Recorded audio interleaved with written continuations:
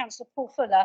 Those last two are going to try and join us online if they possibly can. They're racing back to the, well, one's racing to the island and one's racing off. But Paul's trying to get back for the meeting, so he may turn up a bit later. Welcome to our members of public. We don't often see members of the public, so it's very kind of you to be here. And obviously, particularly to Gavin and Georgia from the Island Collection. Nice to have you here. Thank you. Okay, so item 1 on the agenda is to confirm as a true record the decision of the meeting. Now, I wasn't there, so I would need 2 members who was present to say that these are. Councillor Stevens is 1, Councillor Bacon, right. It will take me a little while to, there's quite a lot here to sign. Thank you.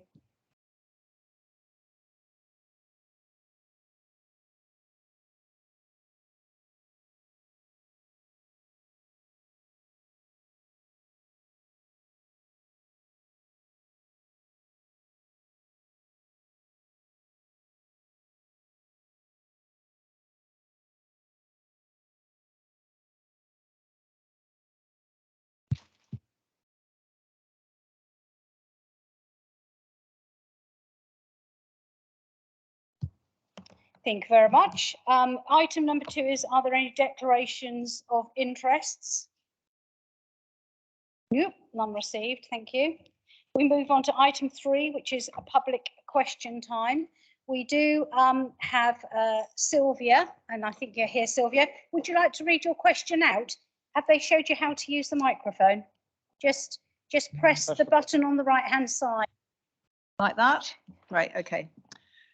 Okay, will the Cabinet look for ways to use its control to stop the additional street lighting planned for Bryston Village? Bryston is in the heart of the intended Dark Skies Park, and residents are literally appalled to see that a road pinch point as part of the works for the Blanchard's development has included an additional 4 streetlights. At very short notice, I've managed to get 125 residents to sign a very informal petition, which I'm going to ask Nick to present to you in a moment, against the damage to the dark skies from the additional street lighting. So Nick, would you like to give them the petition? If you want an official petition done with all the everything legally, I'm happy to go and do that, and I can get a lot more names on it as well. It's just to show the strength of opinion. That was done from one Facebook post on the Bryston Till I Die Facebook page, and that was the response from that. So it was a very minimal testing of the water.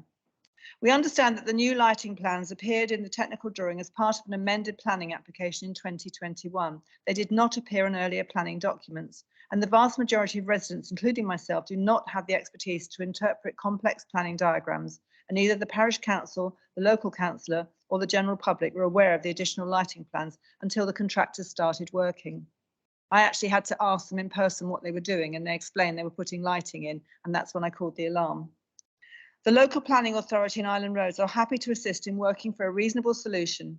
In order to show that the council takes dark skies seriously, we would like cabinet members to work together to find a way to stop these street lights, and additionally put forward a plan to reduce lighting within the village from both public and private lighting. A lot of the street lights in some of the newer estates are on all night. They don't need to be. They can turn off at 11 o'clock, for instance. That would also help our dark skies situation. Most people there don't want them on after 11 o'clock because they invade their bedrooms, if you see what I mean, you know, outside. So, okay, thank you. Can you just touch the microphone again and then it goes off, the red light goes off? Superb, thank you.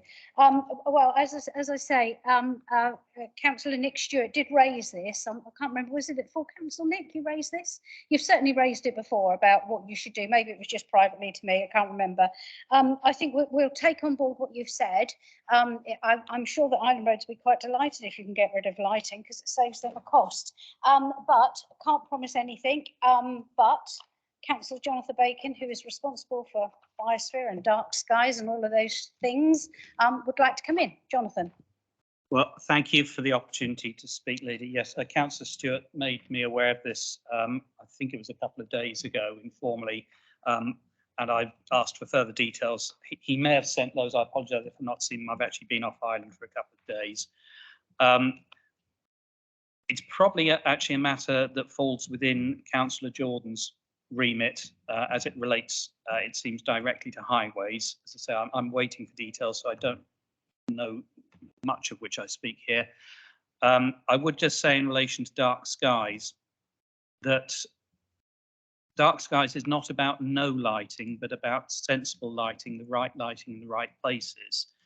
And that has to allow for technical safety reasons when lighting is required. And there may be an element of that here, I don't know. But I'm very interested to hear the point about what could happen with lighting going forward.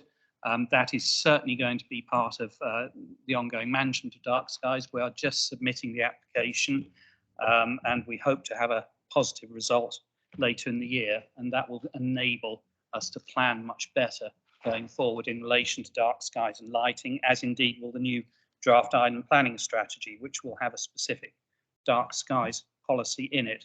So I'm starting to ramble a bit, but very happy to work on this. There may be some technical reasons I don't know about, but once I get some detail as to what is actually going on and can work with Councillor Jordan, very happy to look to see what can be done about this. Thank you. I would suggest a round table discussion when it comes to it, so that everybody is there present and then a decision can be made rather than going round and round in circles with emails. Thank you. Okay, so the next is a written question. So I will read this out, even though we don't. I don't think Rosen is here. Do we have a right to educate our children within our faith? The UN Human Rights Article 9 states that Roman Catholics, who are 90% of the United Kingdom, that we do have. I am reading as this lady has written. This isn't my punctuation. We do have this right. Why is it then that the Isle of Wight Council appear to have failed in their duty to the 212 pupils at St Mary's Catholic Primary School who wish to be educated in this way? Options existed before reaching the point closure. Why and how did the council jump to this conclusion, causing discrimination? Procedure clearly was not followed by releasing an ill-informed, ill-timed report not adhering to the Equality Act 2010 on religion and belief. The council have destroyed the reputation of a popular faith school and the confidence of its parents. And Councillor Andre, would you like to respond? Thank you, Leader. And thank you for your question for the Isle of Wight Cabinet. The Bishop has the responsibility in canon law to, where possible, ensure that there are enough places commissioned in the area for Catholic families to be able to send their children to a Catholic school. In the case of St Mary's Primary School, it has the potential to accommodate 210 Catholic pupils. However, at the moment, less than 40 Catholic pupils are choosing to attend the school. Whilst recognising that pupils of other Christian denominations are also attending the school, alternative faith provision is available at a Church of England school close by. In addition, there are 3 other Catholic primary schools on the island. Therefore, a faith-based education on the island is also accessible beyond St Mary's School. Thank you. Okay, oops, there are no further questions. So we move on to item 4, which is Chairman's announcement. Not too much to announce other than obviously we did host the Islands Forum. It was once again a very huge success. I've received quite a number of thank yous from all sorts of different people, certainly Scottish government ministers and well, in fact, everybody that came. They were particularly impressed with CCAM. That was the one that sort of hit out quite a bit. And there was quite a lot of good things that came out of it. One of the Scottish Islands had just won Levelling Up bid to do with ships and stuff. So we were able to share that information. They've shared it with us so that we can try and be successful in that bid. Michael Gove did write to me to thank me. I have to say his final words are the ones that are quite exciting. I look forward to speaking to you again later in this year. So let's hope that that is good news and that we managed to convince him that we desperately need some extra money in order to survive. The first visit, as I said, I spoke to you before about, it was a superb opportunity for me to question Ofgem. And I can say that since that meeting with Ofgem, SSEN are on board. It's the first time in 12 years that they have agreed to meet and speak with us. And I have to say, I am hopeful, very hopeful, of almost £55 million worth of investment should be hopefully coming our way in order to sustain our viability as an island with electricity and power. If we hadn't have had that meeting, if I hadn't have tackled that Ofgem director at that time, I don't think it would have happened. And actually, I have been thanked by a number of people for making that happen. We had some delegates from Coburg. We've been twinned with them for some time. I met with them all, the German cohort, a couple of weeks ago. We've got some more coming again this week. The guys this week are very business orientated. They loved walking around Newport, and all they kept talking about is how they love English tea. So that was really nice. So yes, 2 years in Cabinet, there's quite a lot that we will be announcing under the Cabinet members' announcements.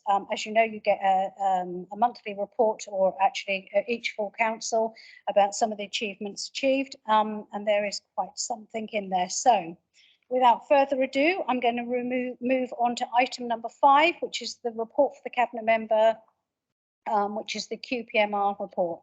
Councillor Bacon. Thank you, Leader. Yes, it falls to me now to introduce this report to those present. And as the report notes, it is transitional in several ways, and that is partly in light of the changes within this committee recently. I think I should mention that the report was considered by the Scrutiny Committee on Tuesday, and we've had a formal note of those comments. They were quite limited overall. There were a number of matters raised on housing, but I think it's probably appropriate if I leave those, any comments in that regard, to Councillor Stevens.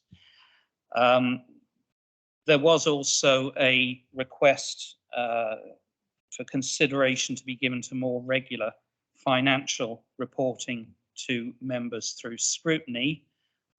It was noted at the meeting that that would have resource implications, so an undertaking has been given to give a written response in respect to that idea when those implications have been assessed. I think the only other thing to mention generally in relation to the covering report is the fact you'll now see performance exceptions there listed in, well, effectively in paragraph 1 of the report, and they are there for all to read. The presence of that section was commented on favourably by scrutiny, so that will remain going forward. Otherwise, the report is what it usually is, a selection of statistics and reporting measures, and perhaps I'll leave individual sections to be commented on by relevant Cabinet members or those who are present and able to do so.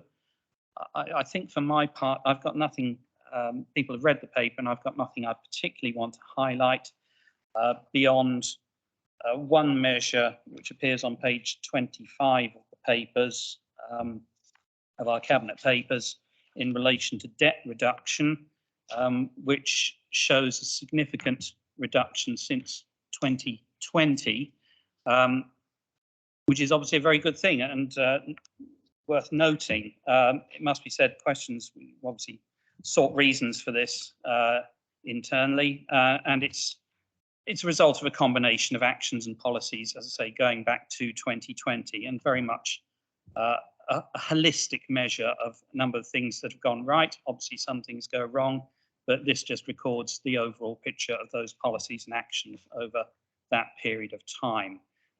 But not to take away from the fact that it is, of course, good news. I think actually there's one other thing I will mention before moving to a request that we note the report, and that's just to mention that following the slight rejig within the Cabinet, there will be more detailed individual involvement by cabinet members with their own financial portfolios, and a form of committee structure was mentioned. Essentially, it means that all cabinet members will be privy and party to discussions concerning financial impact on their portfolios, in addition to now me having the overarching financial strategic management function within this body. So I hope that will assist us as we seek to manage the finances going forward. I'll leave it there, Leader. As I say, I will propose that we note the report as usual, but obviously there may be comments from those around the table. It is to approve the report. Page 16, the recommendation, Cabinet approves the performance report for the quarter ended 31st of March. Are there any comments? No. Councillor Jarman? Sorry, hang on, sorry, Councillor Jarman, can you just wait? Councillor Judy Jones-Evans, sorry. No, thank you, Chair, and thank you, Councillor Baker, for introducing the report. There's a lot of data in there, and I'm not intending to go through each bit in my report, but this might be helpful. There's a couple of things on the front page in the executive summary, particular with this Isle of Wight. The collection of data has resumed. For instance, they are on all of the ferry terminals and on the ferries as well. And they've, right, for instance, the last 3 months, they've done 15,000 face-to-face interviews across all of these terminals. So they are getting the data there. The latest collection, so April to May, won't be available till July. So hopefully we'll have an update there. The figures do show a slight decline in visitor numbers. And overnight stay as well. But the good news is that the spend for both the day visitors and the overnight is growing. So it's grown from 14.6% in 2019, which is equal to £275.8 million, and it's gone up now to 319.2 million. So though the numbers have dropped, the spend has gone up. So that's a good thing. So obviously we're still rebuilding after COVID, aren't we? And you could say we're still in the last sort of, hopefully the last clutches of the pandemic. But I think as you always say, you know, we're still feeling the effects very much so. And the gross weekly wage for an Isle of Wight resident, these obviously figures looking at on their own are not good, but we are getting more data from No Miss, who produce these, about the data, because sometimes they use a very, very small sample because of our population size. So sometimes our data can get skewed very easily. So, but we're going back to, officers are going back to No Miss to look into that, because that does seem an anomaly. It doesn't chime with what we understand what's going on. And lastly, of course, number of one cards going up again, I think is great news, and really supporting our One Leisure colleagues there and all our residents that use it. Councillor Jarman. Thank you, Leader, and thank you for allowing me to raise an issue here. So first of all, I'd like to congratulate Councillor Julie Jones-Evans and the team on the enormous work they've done in recovery of the one card scheme, and the numbers coming back are, I know it's been a long haul, but the numbers are very encouraging indeed. But would the Leader agree with me that we also need to be very accurate in the way that we portray information? And on the gross weekly wage, which you just mentioned, whilst noting that our average wage has gone down by nearly 6%, at the same time, the mainland rates have gone up in the other direction. And so the differential over that period is even more marked, that the differential is a 10% change between the mainland and the island again. And that will not serve the island very well in the future. And the second of 3 points on the data here is to note that the recovery, it says, has risen to the pre-pandemic levels. They're currently 6.5% below them, but heading very much in the right direction, which is enormously encouraging. And then the final one relates to the figures we've got for smoking cessation. And on those, it says that the figures are comparable with the South East and England. Well, they are comparable, but the bottom line is that the figures on the island are 20% above the South East. So it's not fair to use the term comparable to show that they're equivalent when there's a 20% difference between us and the mainland again. So it's the way that figures are used here, which I'm pulling up really. And I think that it's important that islanders understand what those numbers actually mean. So I'd hope the leader would support me on that.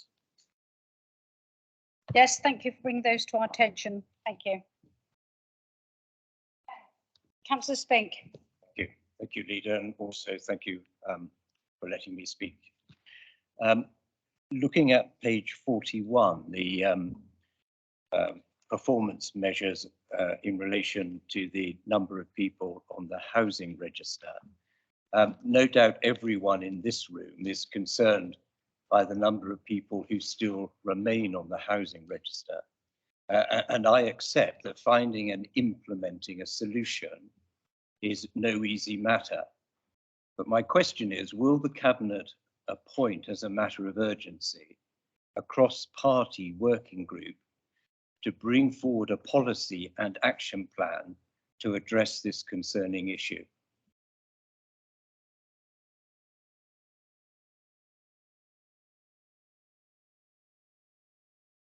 This was brought up at corporate scrutiny the other evening, and I believe it was brought up on your behalf, actually, Councillor Spink, through Councillor Adams. I did say then, and I'll repeat now, that it's not for a Cabinet member to organise a party that includes the scrutiny committee members as well. I think that we've always, through the Isle of Wight Council, allowed scrutiny to do its job and come forward with their recommendations, etc. But what I had, so putting that to one side, I've also said that what we would be doing is holding a meeting, an all-member meeting, with regard to housing, whereby we would lay out what we've got, how we're doing it, and why we're doing it, and the end goal as well. I will be going into this in a little more depth in the Cabinet members' reports later. And I hope that you'll give me grace to be able to speak about all of this, because what I don't want to do, and I try to do, is to emphasize various things, and then I'm told to shut up, close up, and what have you. And it doesn't give the Cabinet member the opportunity to speak and divulge what he needs to divulge. So when I come to my report, more will come forward. But what I would say is that our officers work very, very hard to keep homelessness down, etc. And we not only try to provide housing, but we've tried to stop them from actually becoming homeless in the first place. So there's a whole raft of things that we need to take into consideration when we're talking about homelessness. It's not just about acquiring new properties, it's also about making people secure in their own homes wherever possible. Thank you. Can you stay till the end? Oh yes, no, I can stay to the end, and I'm happy to hear further from Councillor Stevens. I wonder if I might be indulgent by just asking one more question, please, on this matter, and that is this, that social housing, which is really, in my view, social housing for rent is really the answer, in inverted commas, to reducing the housing register. And I had always thought that it was a policy of this council to keep land within its ownership for the purposes of trying to provide, and indeed succeeding, hopefully, social housing. Now, recently, Leader, you signed a delegated decision to dispose of the council-owned land at Berry Hill in Lake. My understanding is, because I've spoken to the ward councillor, that prior to the decision to dispose of that land, there was no consultation with him or with the parish council, and that indeed neither he, the parish council, or this council are to be told the detail of the disposal, because you have claimed commercial confidentiality. Is this really Is this really a satisfactory situation? You raised this earlier with me today. I explained that it was a Brownfield Release Fund grant. I further explained the complexities around Brownfield Release Fund sites, in as much as we put in a bid. I don't know whether this was prior to our taking over the administration, that this was already in hand. The Brownfield Release site money, I'm not sure it was. It was already done under the previous administration. We inherited that, and we have been very lucky in as much as a social provider has agreed to, has been allocated the site, has purchased the site for social housing. So I don't know, under the previous administration, I don't know whether Tig Outlaw was the councillor then, but it should have been that it was consulted and spoke to at that time with him.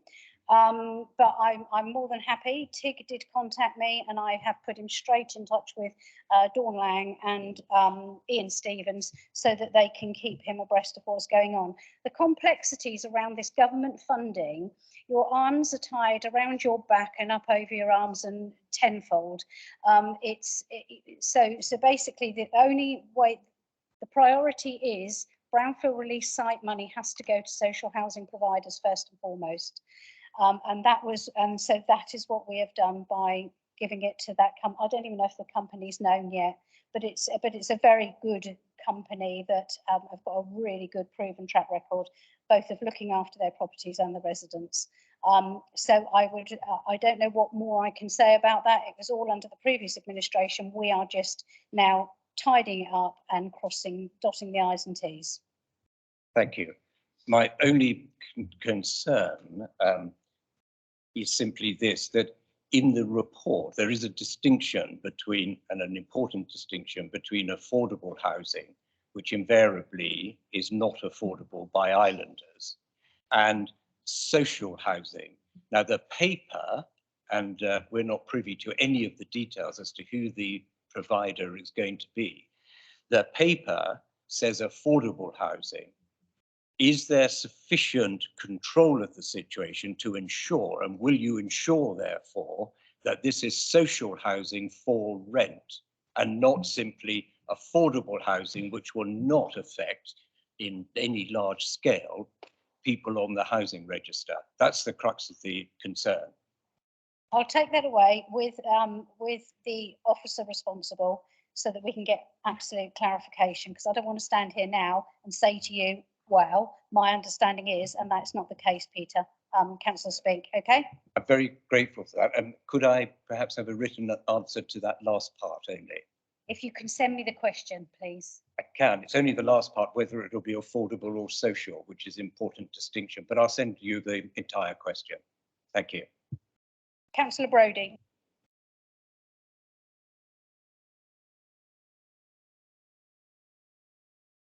The difficulties regarding terminology are created by central government over their preference for the use of the term affordable rather than social. It's created massive confusion amongst the public and amongst elected members, I have to say. Not you, Peter, I think you understand it now. Well, I think you didn't right at the start. I don't think you did at the start of this council, I have to say. That's what they call a backhanded compliment. Secondly, social housing providers include housing associations. They're not, I mean, personally, I would always prefer council housing, but housing associations such as Sovereign or Southern, I guess it's one of them, who are dealing with Berry Hill, are not evil or anything like that. You know, I mean, I'd rather have council housing, but it is a form of social housing. The question I have is it not actually the case that essentially our only choice at the moment for provision of affordable social housing at Berry Hill is via a housing association, because of the reluctance of our own Director of Finance to allow us to implement the borrowing permission granted by Budget Council last year of up to £40 million. Thank you. What I would say, Councillor Brodie, once again, on the brownfield release site, part of the conditions is that it has to go to socially registered landlords. I'm fairly certain of that. To be honest, Councillor Brodie, I was very cross about when all this started because we weren't informed of the detail. That's not because we weren't informed as a council. Government came out with this, we're going to give 10 billion to create this house on brownfield site. We started bidding, but actually when the nitty gritty of it came through and all those conditions came through, it was pretty something, which is why it's taken us to get to this level of where we are. As I say, I think things can be spoken about. I don't really want to in this forum because I don't know what I can actually say without getting in hot water. Councillor Jarman. It's just a quick one.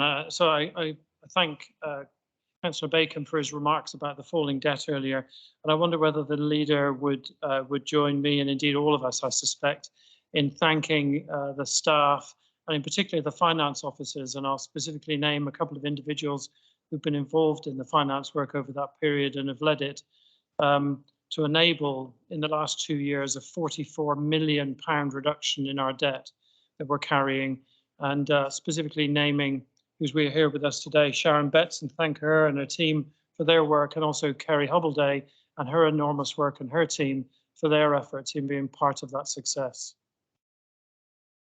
I do, thank you. Can I just, I know Councillor Paul Fuller is trying to get in online, and I can see that Karen Leishonia has managed to join us, so that's very good. Karen will come in if she can at Cabinet Member announcement, as is Councillor Fuller if he doesn't burst through the doors at any moment.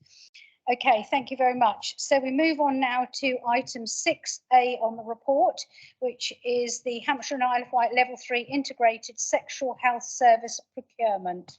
Councillor Stevens.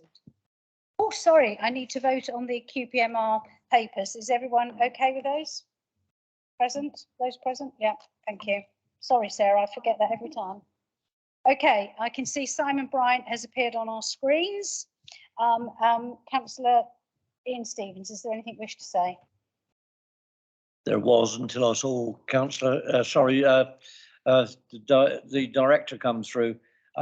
All I was going to do is do the introduction and do a couple of pointers on it, and then I'll allow Simon to take over if that's okay. But I'll take you to page 77. You can see the recommendation. We'll come back to that. But I'd like to draw you to page 78, paragraphs 7 and 8, which actually give you the rationale behind it. So if you look at paragraph 7, the Integrated Sexual and Reproductive Health Service will enable delivery against the 5 main population sexual and reproductive health, public health outcome frameworks measures. Now, this was there was consultation undertaken earlier in the council year, which came forward with these various pressure points, and so that's why they're being represented. But they're represented alongside the WHO, the World Health Organization stats. I'd like to point you down to the next paragraph down. An Isle of Wight sexual and reproductive health needs assessment was completed in December 2022, and that's what's informed the commissioning strategy. If you look at Appendix 1, and I'm not going to go through that, I'm going to allow, if you will, Simon Bryant to just touch on various things within the report, because otherwise it's there to be read, it's there to be understood. But I think just a brief synopsis from Simon. Many thanks, Councillor Stevens. So I just commend this report to the Cabinet around continuing the procurement of the sexual health services. This is a mandated service for the council. However, responsibility for sexual health in total covers a number of organisations, so the NHS in various guises. So this is a report to seek permission to spend of up to £8.5 million over 9 years. for the level 3 integrated sexual and reproductive health services, sexual health promotion and prevention, and psychosexual counselling, really focusing on that preventative element and effective service treatment for those people who require it. And as Councillor Stevens mentioned in paragraph 7, those outcomes we're looking for across our population, but focusing on those more vulnerable people who have poorer sexual health. We undertook a needs assessment, so that means we really looked at the data for the island and the island residents, talking to service users and also ensuring that we understand what our population needs. And so this is for a service for a number of years to ensure the service can develop and progress as interventions and innovations change. So the recommendation is that you approve the approval to spend, which is part of the public health grant. Thank you very much, Leader. Yeah, I'll go straight to the recommendations, so leaving to last. Thank you for touching on it, Simon. Recommendations on page 77, paragraph 3, that the Isle of Wight Cabinet approve spend in respect of integrated sexual and reproductive health service, an amount of up to a maximum value of 8.5 million over 9 years. And B, that Cabinet delegates authority to the Director of Public Health to award a contract for integrated sexual and reproductive health service for a maximum of 9 years, let on the basis of an initial period of 7 years with the option to extend this period by 2 years. I'd look for a seconder. Okay, I've seconded it. All those in favour? Okay, that's carried. Thank you very much. Thank you for that, Councillor Stevens, and thank you, Simon Bryant, who's looking very coordinated there with the background, the shirt and the tie. Okay, so we move on now to item 7 on the agenda, which is 7A. I will go to first, which is the adoption of the Newport and Ryde LCWIP. I know Councillor Paul Fuller was going to speak, but Councillor Julie Jones-Evans has agreed to just do a little bit of a spiel and then go forward. Yes, thank you. So I'm introducing this on behalf of Councillor Fuller. There was a slight mix-up in the titles on the who in the agenda list, but if you actually look at the Cabinet report, which is on page 107, you'll actually see it's currently for planning, coastal protection and flooding.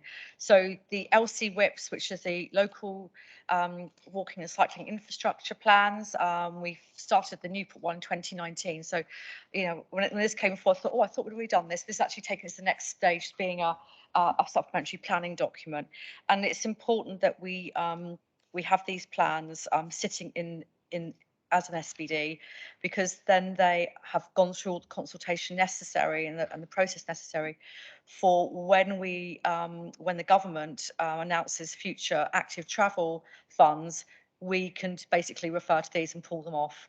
So some plans have been done, but then it just gives us enough time just to zhuzh them up a bit and put them into a higher sort of spec format. So it's about cycling routes, it's about safer walking routes, and so it's both been through a lot of consultation, very much embedded in the community. So nothing really much to add, apart from the fact that this is essential for our town centres, and particularly Newport. We're missing that link between the east and west side. Actually, if you're trying to cross Newport by cycle, not great.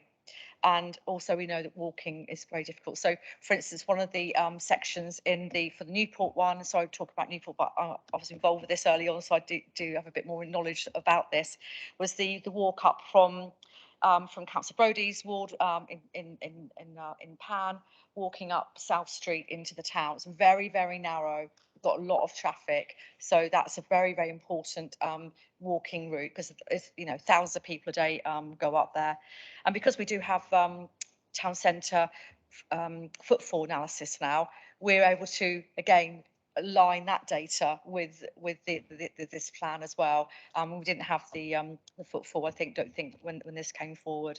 So yes, just want to highly recommend that Cabinet support this. Happy to take any questions on behalf of Councillor Fuller, but if I can read out the recommendation, Leader, if that's okay.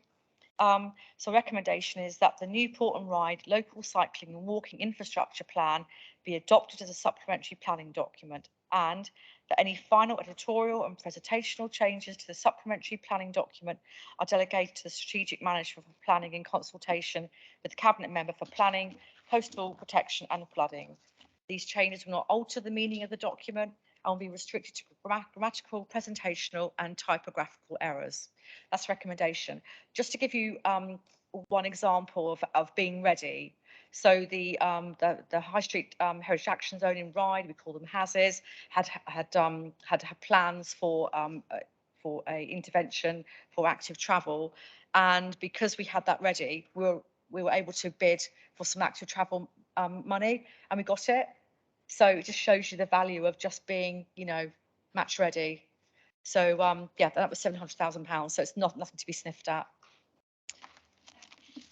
So looking for a seconder. Sorry. Thank you, Councillor Stevens. Okay, are there any questions to this paper? Not from the cabinet. Councillor Brodie. This time, thank you, Chair. I'm entirely in favour of this being adopted. You know, as a Newport councillor, and Councillor Jones-Evans has referred to the South Street issue that so many of my residents walk along every day. So I've got no problem with that. What I would, and I did respond to the consultation at this stage as well. It's within the appendices. You'll see which ones they are. They relate specifically to my ward. They haven't been all adopted, but you've got some textual changes, etc. You know, that's the way it's gone. What I just like reminding of, because I mean, I'll be frank, my memory isn't what it used to be. As I get older, I'm officially a state pensioner in 2 weeks' time. Can you believe it? No. Yeah, my memory isn't what it used to be. Can Councillor Jones-Evans remind me what the public consultation was in 2019, which I believe was by people powered? Because I don't believe I engaged in that whatsoever. We, from memory, we had pretty sure we had a presentation, probably through Shaping Newport. That would have been going then. Yeah, there were some consultants that did it with people powered CIC, yeah. But I think there was a quite extensive public consultation, and there was a public consultation on the plans themselves, I understand. So I don't know if Colin, is that your memory? Oh yeah, if I bring Chris Ashman in quickly, because he can back me up, or yeah, or not. Thank you, Councillor, and thank you, Councillor Jones-Evans. People Powered did street-based interviews with the general public as well as local businesses, and obviously presented then to back to officers and to the Shaping Newport Partnership. If I could just come back, I mean, I don't have any recollection of having any engagement with them, which I find quite disappointing, given I'm probably the one councillor on this council who cycles every day of his life, not only in Newport but across the island. I visit most of your wards at some point in a month. I do feel that I wasn't engaged with. I think this is a good document, but it doesn't have in everything I would like to have seen. I didn't engage with the walking elements, you know, trying to join up some of the rights of way, for instance, that are around this town. I'll give you an example, Julie. If you walk on some of the rights of way around the fairly back of Pan area, you try getting from one right of way that comes into Long Lane to the next one. You have to actually walk on Long Lane, which is taking your life in your hands. And to me, that could easily be connected up reasonably cheaply, you know, with some discussions with the local farmer. But I mean, I didn't get that opportunity to do so. I won't moan about it anymore. It's important we have an LCWIP, but I would hope that at some point in the future it might be developed further, probably when I've long gone from this council. Thank you. Just I remember the meeting was held at the office we had, Shaping Newport office, that we had, the number 33 High Street, and there was a few councillors there, but I think maybe you couldn't come. So I think there was a meeting with us in there though. But yeah, it's a point well made. And the thing is, it's not you know, that suggestions still come forward. there's no problem with that, and it, you know, makes sense. I mean, some of the suggestions I put forward didn't come forward, I'm afraid, but there we go. I think we've got essence of a good starting point anyway for the town centre. Okay, thank you very much. Okay, so can we go on to the vote that we adopt this? All those in favour, please show. Thank you, that's carried.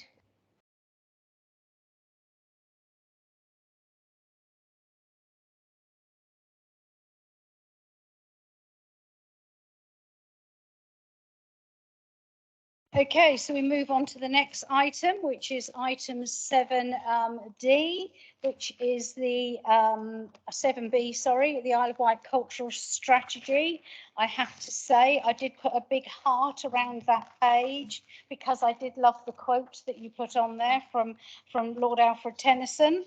I thought it was a really good document. So without further ado, who wants to, oh wow, who wants to? Just going to introduce You're it going to and then introduce, okay, our thank you. guests as well. Thank you. So thank you, Leader.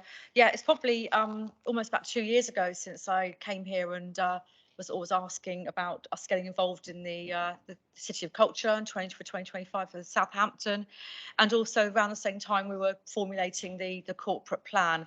And one of the items in the corporate plan, number 37, we said we are going to establish resources to create an island cultural strategy. Well, we did just that with the help of Arts Council England funding and some funding from ourselves, and our very important partners, the Island Collection.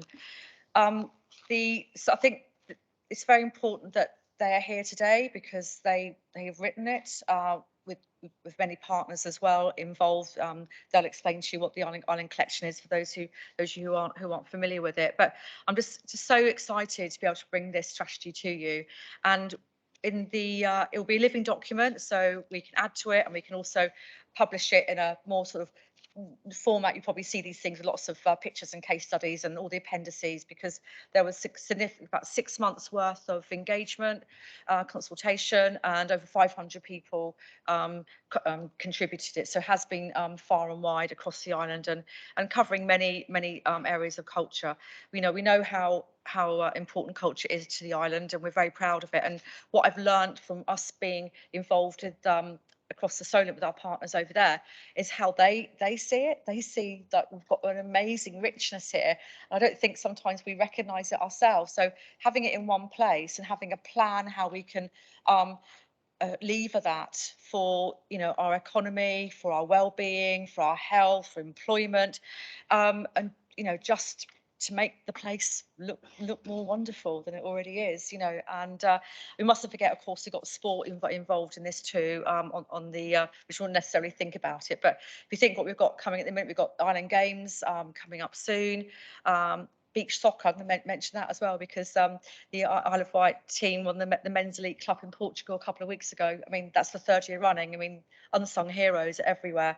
You may have noticed, hope you had a chance to go and visit. We've got the Constable now in the High Street, and that wouldn't have happened if we hadn't decided as an administration to put culture front and centre of our corporate strategy. Well, at least my section of the corporate strategy, but obviously with everyone's support around me. Isle of Wight Festival, of course, that's about to kick off next week. It's world-class music. We're known across the world. I know, Leader, you've been spoken to in New York about it. People still mention, oh, Isle of Wight, oh yeah, Jimi Hendrix. The memories going back that far. So this is all clustered in a few weeks, and then we've just had Cowes Fringe. We've got Ventnor Fringe. Look, I'm not going to go on about all the events because I will be literally sat here all day.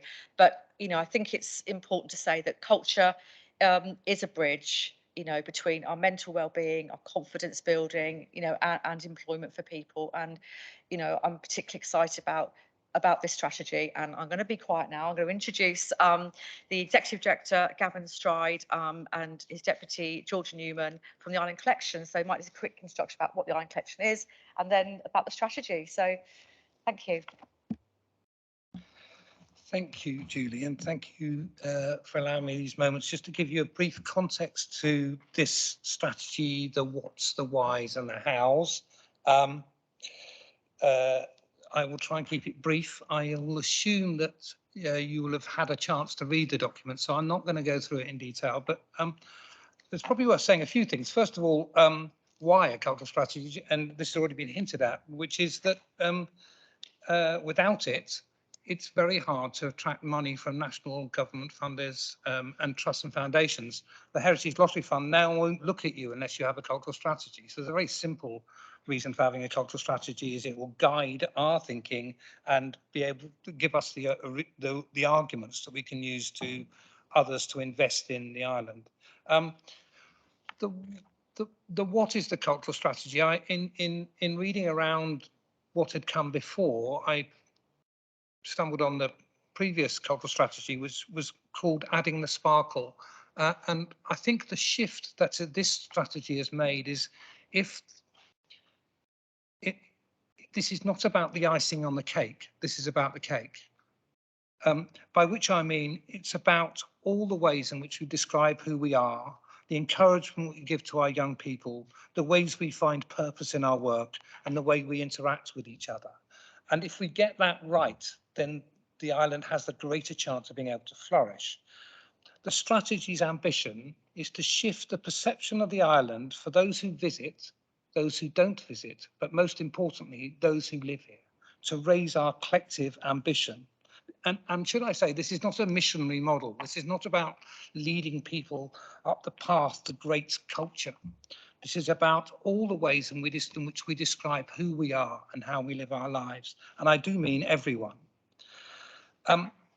Again, this has been referenced already, but I'm a relative newcomer to the island, and I have spent my life in the North Nottinghamshire coalfields, working across Surrey. I have been amazed in the time that I have been in here, the range of good and purposeful people trying to make a difference to their communities right across the island at every age and in every place. This is not a poor place culturally. And I think what we need to do is to better coordinate those efforts. I think we need to champion them both to ourselves and to the world. And I think we need to connect people so that we make better uses of the efforts and the resources we already have. However, there are already good things going on, and the sector has, in the last few years, started to get its act together and to work collaboratively. And I'm just going to give you three brief examples. Okay, Supporting Young Minds is a project that was funded by Artswork, an organisation whose responsibility for young people across the whole of the southeast of England. I'm not going to dwell on it particularly. There are three images here that we can share with you. What I will say is the University of Sussex did the evaluation on the project. They came back with this short quote: "Most striking from the project was the way in which the young people revealed changes in how they felt about their optimism, about being better connected and feeling empowered." And if we can do that through the work we do, then we're some way to making the transformational change that I'm sure we all want to make. The second project is around the work we've done with the environment, and you will be aware of the biosphere status for the island. I don't think that word lands entirely with the people of, on the Newport High Street. However, we do all understand that we want to improve the quality of our life. And we do all understand that all of this is connected together. And so I think it's absolutely essential that we are seen to be doing something now for all of us to improve the quality of our environment. And then the third thing, and these are well-rehearsed arguments, which is around supporting the cultural industries. I hope I don't have to make this case too firmly, but I will remind members that this is the second that the creative industries is the second fastest growing sector of the economy. It's growing at twice the rate of any other sector. It employs more people than steel and manufacturing put together, and it generates more income than manufacturing and steel put together. And as I say, it's growing at 6%. We have a real opportunity, and I should say that no, I'll come back to that in a minute. So those are some of the ways in which we have already been working without a cultural strategy. Imagine if we had a set of guiding principles, how much more we could do better. And Julie Jones Webb Evans, sorry, names are not my strong point in that we connected. one of the things that the Island Collection is going to try and do is to better connect people, is to make sure that people are working collaboratively together, that they don't compete, but that they're looking for finding solutions. We also are committed to trying to attract new income, and we're certainly committed to trying to support new and emerging cultural sector, a talent development program, if you wish. And the reason we think we should do that is because we absolutely believe that that is the one of the key ways in which we can give people fruitful and purposeful employment. So the priorities of the new strategy are fourfold. They're in your papers. One is a recognition that whilst we are one island, we are 5 towns and many smaller communities within that. And we need to make sure that we create strategies that support the particular needs of all of the places across this island. And we need to connect them. I share a thought with you from Demos, a think tank, which is that in the past, we were defined by the things we owned. In the future, we will be defined by the things we share.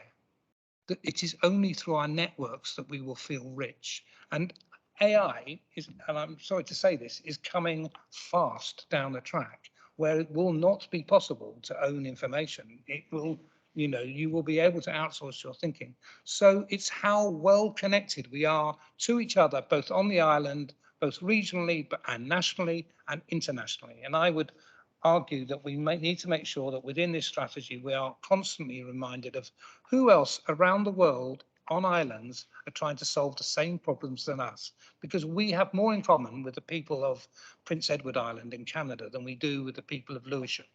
And that's not, a comment on the people of Lewisham. It's just the truth that the communities of interest are how we need to think. And so I would hope that one of the things we as the Island Collection will do is to make sure that we're connecting with people in similar circumstances around the world. The second thing is we need to encourage participation. And I say this really, really heartfeltly, is that I do not want to create a cultural strategy in which anyone on this island feels excluded from it. Everyone needs to feel the right to be able to express who they are in the way in which they see fit. Everyone needs to feel acknowledged and valued, because that's the way in which you will create holistic, caring, safer communities. And this strategy absolutely connects with health, with education, with the police, with every other service. We need to feel valued and cared for. We need to build audiences, and we need to make sure that there's inspirational art available to everybody, because that's the way in which we prompt learning. It's only when you see David Beckham, and that's an old reference, but you'll forgive me for that, that you understand, if you play football, how good he is or what he does. But we need to be able to see extraordinary culture. And then the last thing, and I've already spoken a bit about this, is around resilience. And I think we cannot always have models that require continued public investment. We need to find ways of supporting people that they can stand on their own 2 feet as cultural workers, in any which way. The last thing I'd say is I know that these are difficult times for local authorities, and that you will always be challenged financially, organisationally, with all the increasingly range of demands on your time and investments. My own view is that opportunities increase in difficult times. They don't get harder. They make it more necessary to take radical and considered views. And I hope that this document allows you to do just that, to make the differences between the world. I didn't know I was going to say this, but I'm going to stick my head out. I don't think that the world is divided between left and right anymore. I think it's divided between people who believe that the world can be better and people that believe that the world used to be better. And I'm absolutely in the camp that I think this strategy will help us make the world better. Thank you. Thank you very much, Gavin, for that, and thank you, Georgia, for putting that presentation.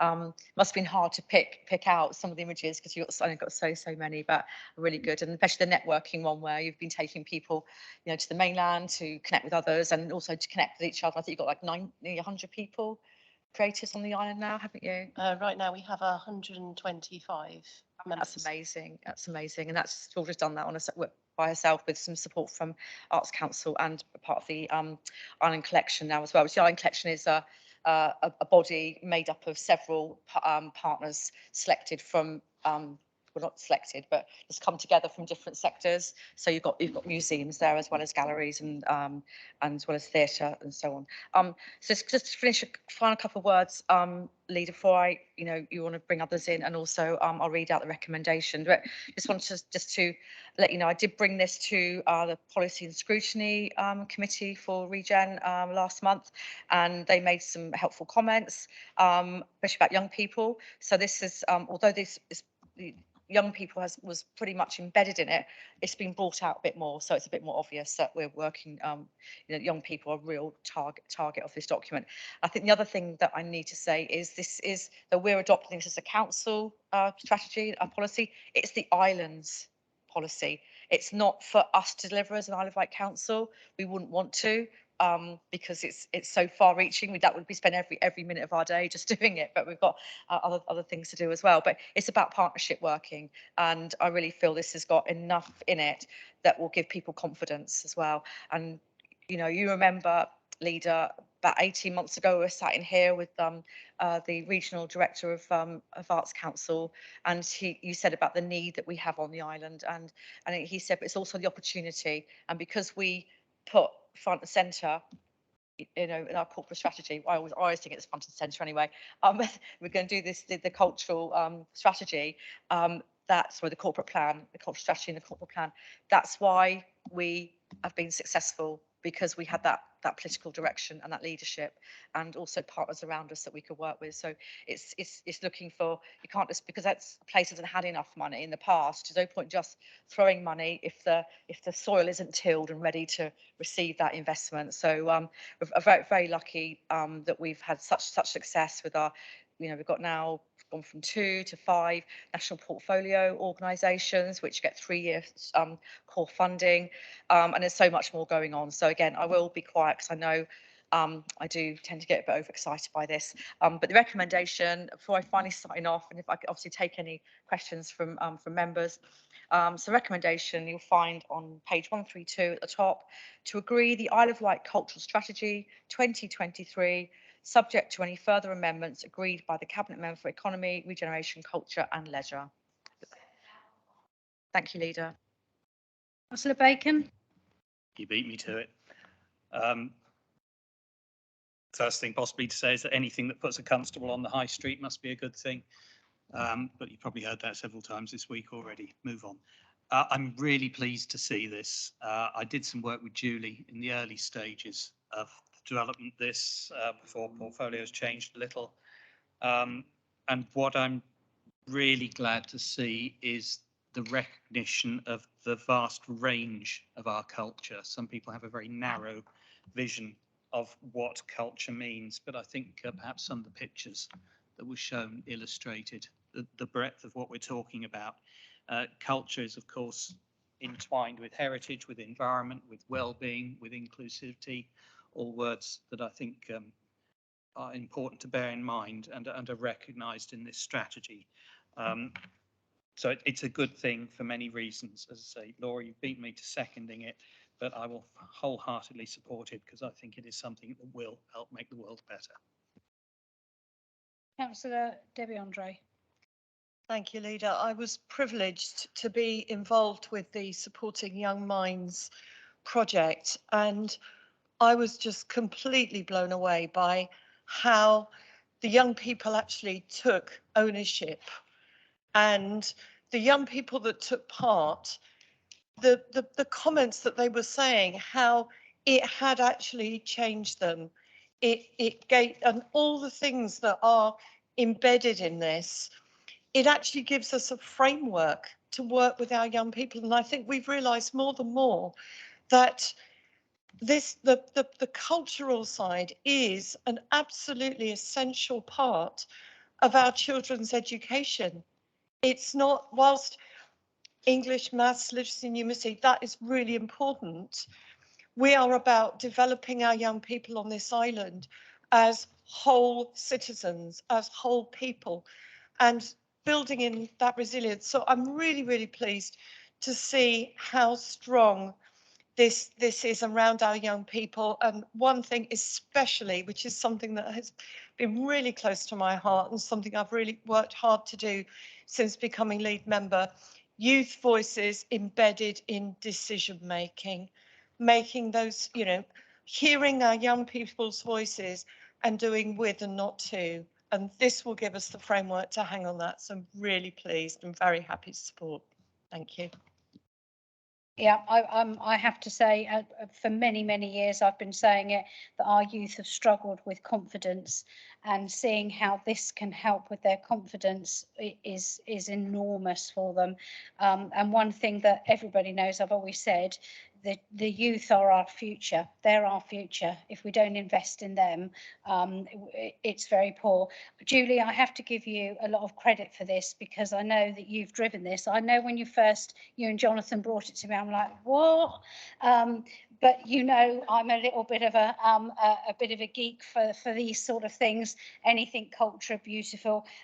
So you convinced me. This has absolutely blown me away. I'm really proud, actually. I've always been proud of our cultural heritage. To have it all under and to be able to bring it together, that is just so it was so needed, and it was such an obvious thing, you would think, but actually people have been working in their own little areas. Bringing this all together is going to be massive. It's going to be incredible for our tourism. It's going to bring another new thing for people to be able to bring in with the tourism, and know that they can follow the trails. I hope you found the trail that somebody's done for Alfred Lord Tennyson, and they've gone all to his haunts all around. A guy researched it and has done it, because that should be part of it too. I won't go on because you're just marvellous, and I'm absolutely delighted. Councillor Stevens. Oh, thank you very much indeed. It's the right thing to pull it together. It's the right thing to have a strategy, but it's to make sure that every small contributor is involved and continues to contribute. It's a big thing. Not many people know this. I'm a LGA peer. I was in Cornwall, looking at the way that they once again pulled their culture together. They weren't happy with it. We were called in and we assisted in the process. I haven't been involved in this. I didn't. No one brought me forward, but I can see so much value. And within Cornwall, they saw the value. They saw the value, yes, for tourism.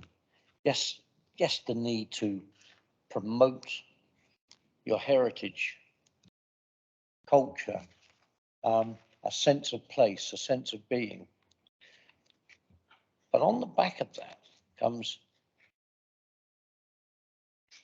another positive, which is sustained income and businesses starting to blossom and flower. And I think that, you know, you've done a great thing. You've become the catalyst. Now, don't let me down. Yeah. That's what I'm going to say. Is don't let me down, because I think that we're going in the right direction with this, but there's a heck of a lot of work to be done still, and it needs to be refreshed and refreshed. It's organic, and it keeps going. But I'll tell you what, Leader, this is what people want to hear in trying times, that we've got something that we can actually take forward. And like Julie, Councillor Jones-Evans, I could talk all evening about it. You've hit the right spot. Well done.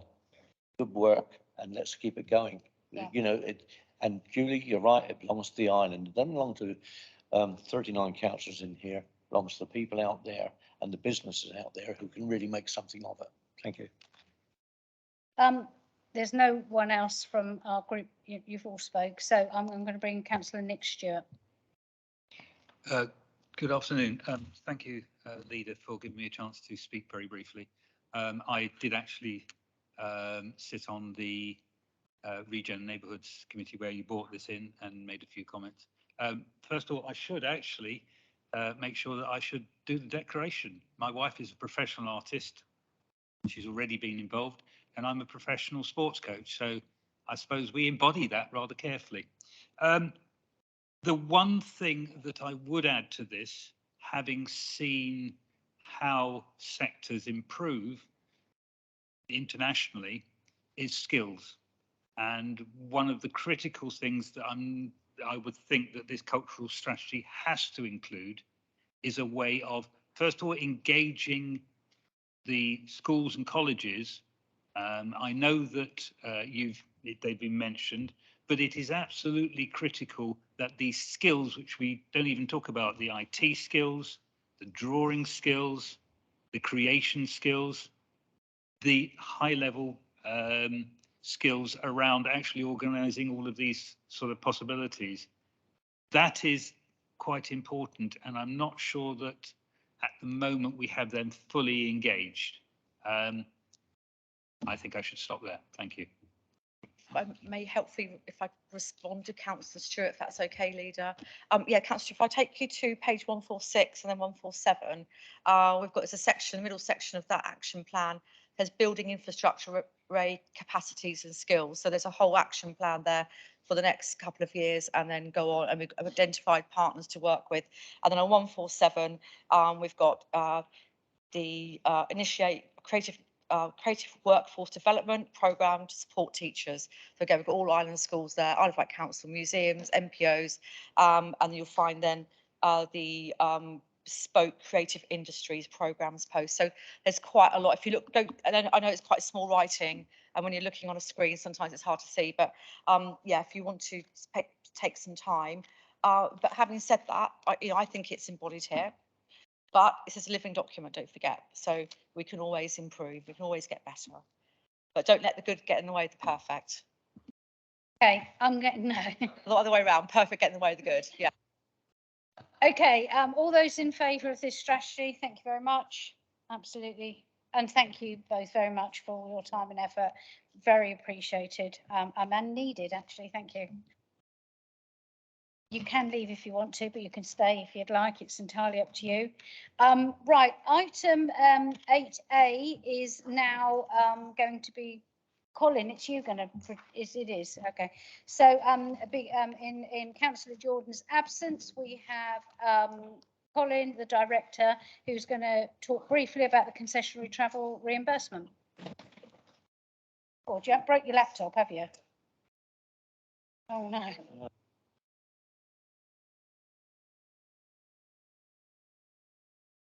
Thank you very much for coming. Honestly, thank you. And for all the work.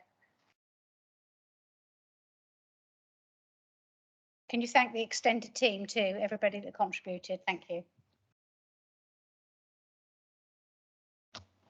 Okay, Colin, over to you. Thank you, Leader. I'll keep this quite brief because I think the report is quite self-explanatory. It's an annual approval for concessionary travel reimbursement.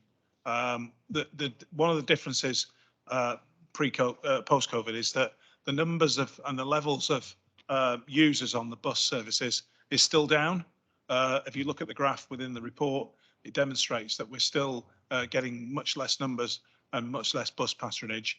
Therefore, in line with the Department for Transport supplementary note, we're still proposing to continue with the 2019 numbers, which will help to continue to support bus services, particularly those routes that are in those vulnerable routes that are heavily dependent upon that subsidy.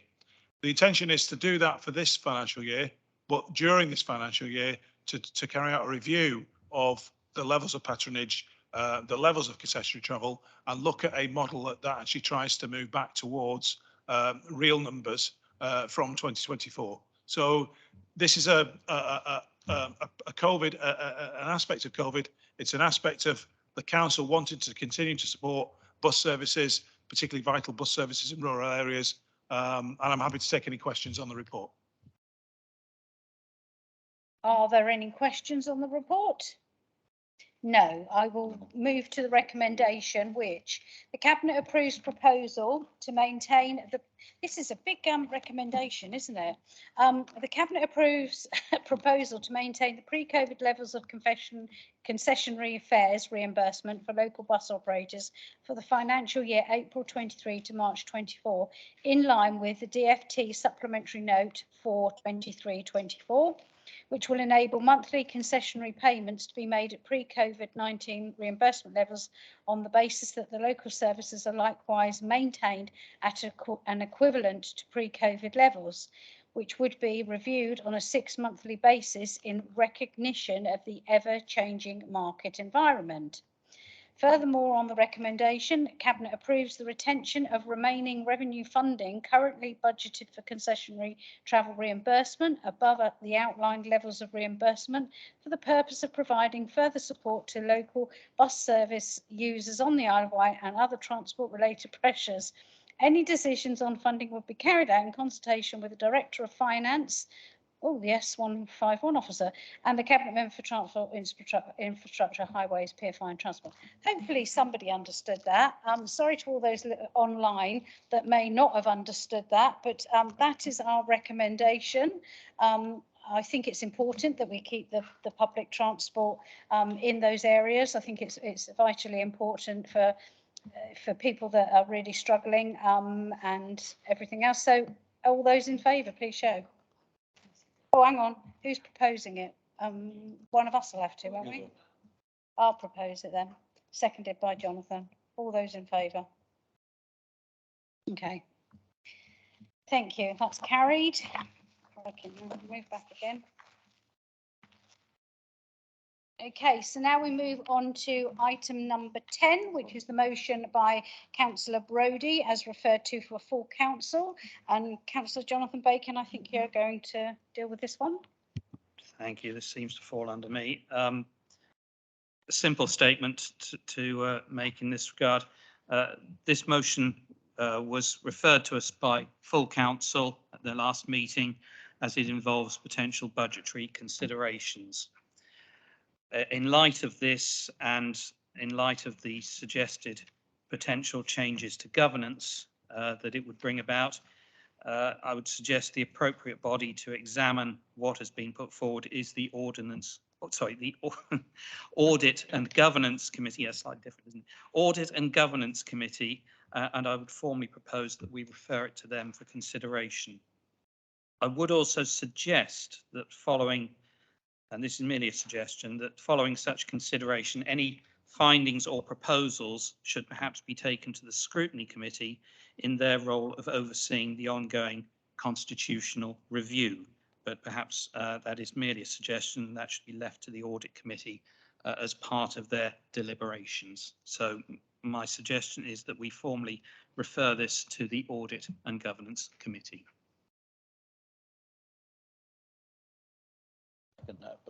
All right. Okay. Okay. Councillor Stevens will second that. Councillor Brodie.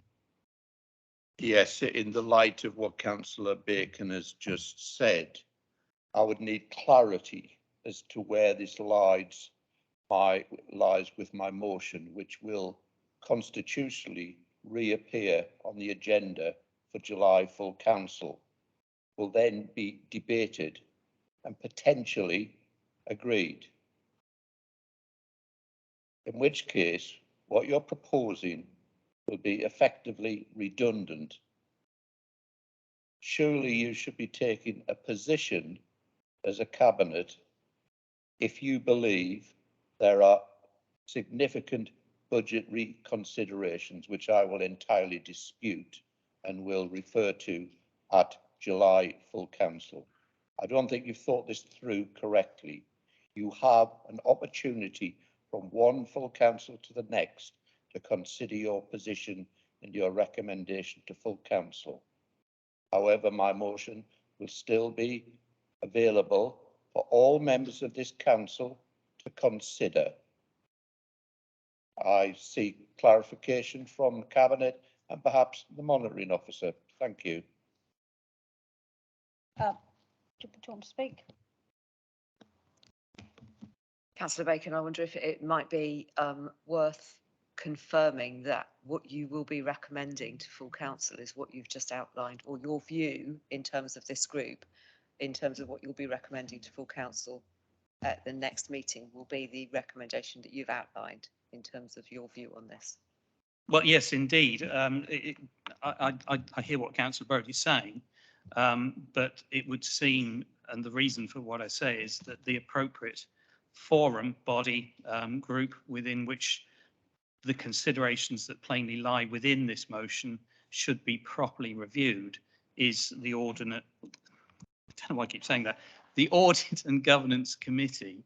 And therefore, as we have to comment on this at this cabinet meeting, that is the view I would ask fellow members to consider and potentially accept, but also the view that I would seek to put before full council in due course, if this is to be presented to them again in July, that to have this properly considered so that it can go forward is to have that full review that the body I mentioned can undertake.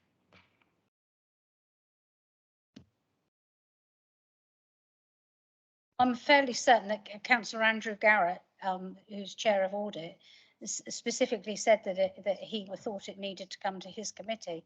But Councillor Brodie.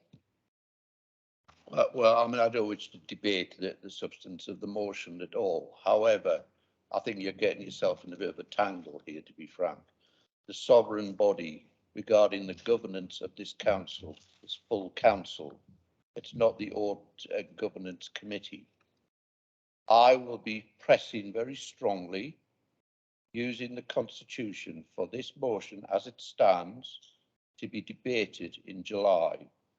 I'm reasonably confident of success with that motion if people stand by some of their previous positions, newer people.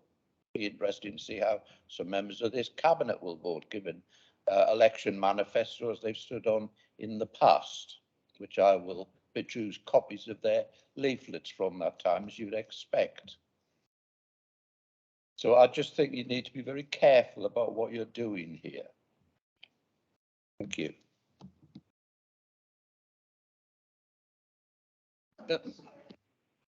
Sorry. Veiled threat by all accounts coming from Councillor Brodie. No, oh, I'm going to produce this and I'm going to produce that. That's fine. Produce what you will. I think that what's come to the cabinet this evening from full council is a way to move this forward, and purely because we've got some concerns expressed at full council with regards to the budgetary implications of your motion, and indeed your motion with regard to the number of people and from what areas they come from, etc.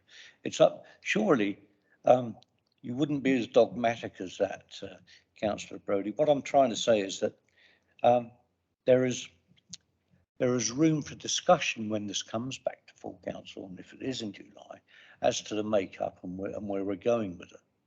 Otherwise, this is a rubber stamping of Councillor Brodie's motion straight through, or not straight through. And I really think that, you know, within this chamber, there are areas where discussion can take place and decisions made in the appropriate manner.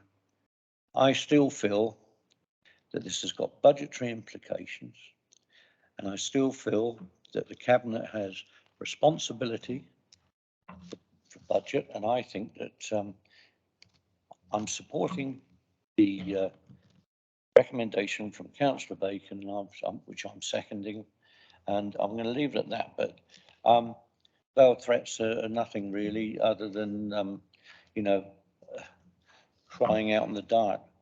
Let's just get on and debate things and be adult about it and take things forward. Thank you. Councillor Brodie. Sorry, Bacon.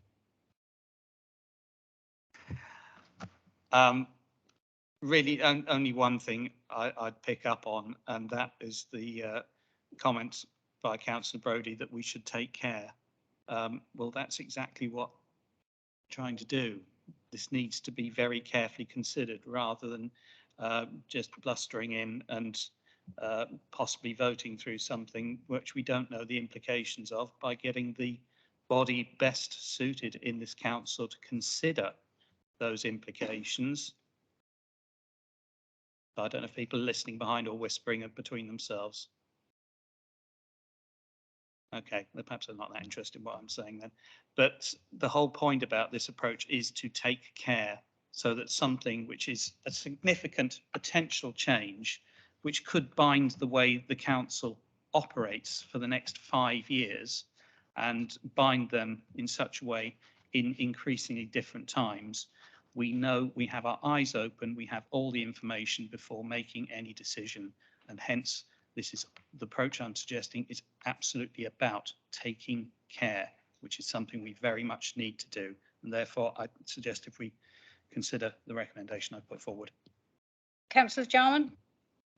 I think some clarity here might help, that the motion here is not to make a proposal to the Audit and Governance Committee for their consideration. The proposal here is to set up a working group which would develop a way forward, which undoubtedly they would be involved in then considering, but there is nothing on the table at the moment for them to consider. The working group established would then develop something which would come into that consideration model. So trying to ask them to evaluate or to consider something at the moment would be completely inappropriate. There is nothing for them to consider. What is being proposed here in the motion is simply, and it is simple, the establishment of a working group to consider this going forwards, upon which there would be further debate at a later stage.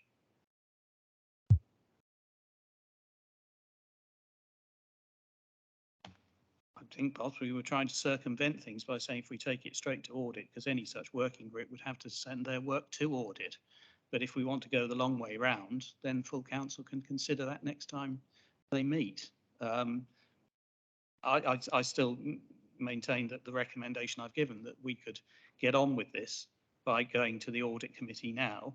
But if the view, if this is to be brought back and the view is to be taken in due course, that to add what will effectively be a further stage to this, then that will be a matter for full council to resolve. It does seem a long way around to go, where actually we could actually start the process, because you know, I mean, we already know from possibly, you know, from it's suggested about a working group, but actually this just sends it for audit, and then audit can work out how it would actually work and move forward. It's a quicker process, rather than going through full council and bring it back. It's a quicker process, but I don't know. Councillor Jones-Evans. Yeah, thank you, Leader. And yeah, it's good to hear what members are looking for to come out of this. And from reading the Councillor Brodie's motion, it is to set up a working party to look at all of this. So, but we've got the skills and the resource. And I think that's the thing we're considering. It's that resource that we may not have separately, but we have within that committee. But if it's a working party, any member can be involved in that. It's not just down to audit committee members. I mean, is that correct, Mr. Potter? That if a working party of that's based at a committee can invite other members in, and even experts as well? Oops. Through you, Leader. Yes, I think the point of clarification, which I think all members have come to, is the procedural rule does require the Cabinet to consider and report back to full council, and it's next ordinary council, which is the 19th of July. Full council is indeed the sovereign body in relation to change in governance. The Audit and Governance Committee does have part of its remit to look at constitutional changes with a view to moving it forwards. Again, I think it'd be a matter for obviously full council on the 19th of July as to what happens.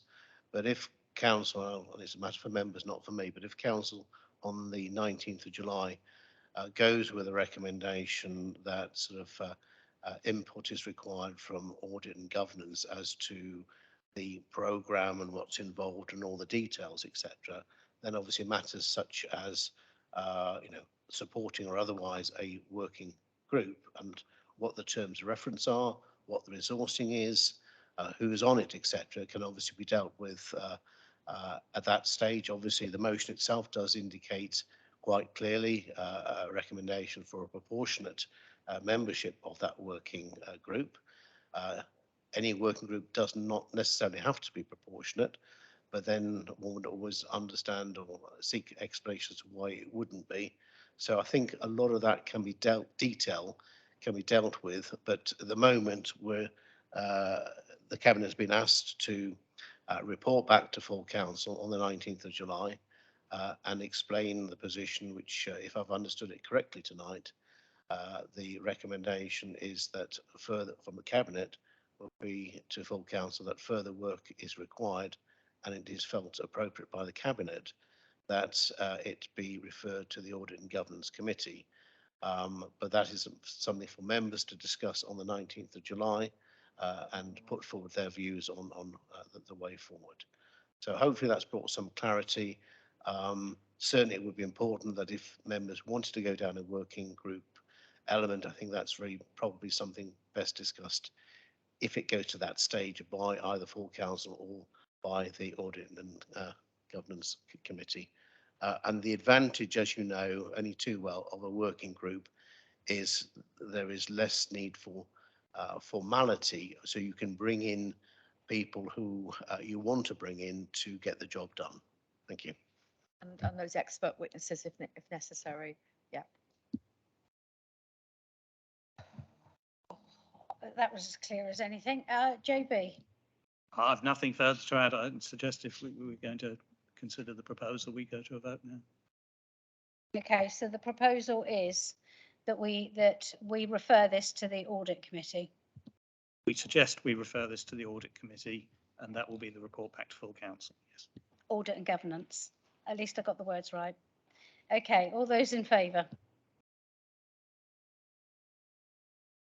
That's carried. Thank you very much. Okay, next item is Cabinet Member announcements. I don't know whether I don't know if anyone can get through online, but I'm sure we'll see Councillor Paul Fuller's face if he can get in online.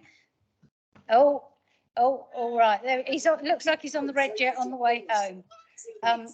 Paul, is it difficult for you? Shall we just do our reports first and then you can come in a bit? Yeah. Okay, that would be more appropriate, I think. Okay, Councillor Ian Stevens, some of your Cabinet Member announcements, please.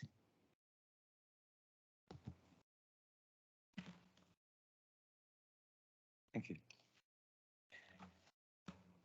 Much has been aired, and quite rightly so, with regards to housing and homelessness, etc. So what I directed the strategic manager to do was to put something out, plain English like that all elected members can have, and come back if they need clarification. But I'll give you a brief rundown with regards to some of the headlines. Housing company to deliver housing to meet local need.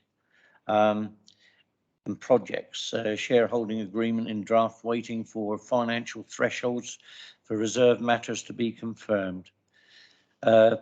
We need to create a housing pipeline of sites and a business case to demonstrate viability based on the pipeline of sites owned by the council. And those aren't the brownfield release fund sites. Strategy, decision made on prioritisation once financial position known on delivery, affordable housing, temporary accommodation, etc. Outcomes, company set up and articles of association in place. That's where we're driving. Council, and I'll move on to council delivery. Direct delivery to achieve best use of investment, reduce revenue costs to council stroke longer term, access to grants to support viability. The projects coming forward: refugee housing grant, 9 units to be purchased. HMO, there's a HMO housing, house of multiple occupation capital bid going forward to relieve some of the situation that we've got with regard to homelessness and temporary accommodation. Acquisition strategy, we've got a draft for approval coming to July's cabinet, and we've also got outcomes on that. Grant funding achieved to support purchase of 5 properties for rough sleepers. We know about that. It's the only thing that has come out positive, basically because we had grant funding from central government and we used some of the Section 106 funding. We've now got an acquisition strategy that's going to be approved, hopefully in July, with refugee housing for the Ukrainian refugees, hopefully delivered in November 2023. Enabling with partners, so we're looking to work with registered providers, which are the Southern and Sovereign Housing Associations alongside Vectus. Partner delivery, we're looking to look at partner, because we have had a struggle to try and break down the finance director's door to get funding out because of our budgetary situation. I'll give you a little bit more on that in a moment. But what I would say is that we're looking at ways of moving into joint ventures, looking at Rent Plus, who I've introduced to the island, has been mentioned. There's a company coming to the island to assist us with the provision of rented accommodation, low rents, etc., and hopefully they're going at this moment in time. They told me last week that they're going for registered provider status, which could mean that we have a new registered provider brought to the island to actually start to work in a positive manner to provide housing for our homeless and those in need. What I would say is with that, we've got the old chestnut of the outcome from Branston Farm. We all know that that started back in the previous independent days, came through the work of the last administration and started to achieve with 33 affordable homes from 2022 to 24. And we're looking to make sure that we've got other elements of positivity. Just want to touch on the empty property situation. With regards to the empty properties, we've all seen the headlines on how many we've got. It fluctuates a little bit, but not too much. There's a churn on the 6 months to 2 years properties. But what we've done is we letters to 121 owners of properties between 6 and 24 months to offer support with bringing back into use. 40 responses, mostly confirming reasons that they're not empty. One opportunity has been followed up, not successful. Review of properties over 10 years, and that's where we're going now, because quite honestly, those are the ones that really we should get our staff to move forward on. So we're looking at that. So we've also this month or early next month got an empty property strategy and action plan drafted, which will come to Cabinet in July. The council tax team have recruited staff to carry out a review of the status of properties, and as part of this, property visits are taking place, which will support the work of our empty property officer. Council tax team have identified 2,700 visits, and the focus of these is to confirm occupation or other intelligence. To date, 800 visits undertaken by 2 visiting officers in April, 600 visits planned for May. Third visiting officer has been engaged to undertake visits and a fixed term role advertised to assist with empty property reviews.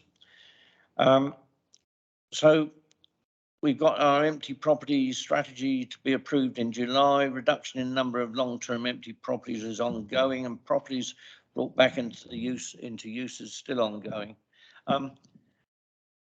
That's just a brief summary of what is going on. There is more.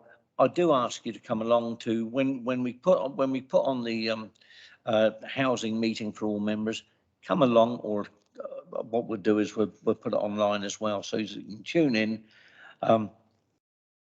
get some information, ask questions, and let's make it that we want to really. I mean, every time I come into County Hall for a meeting, it's always about housing. It should be.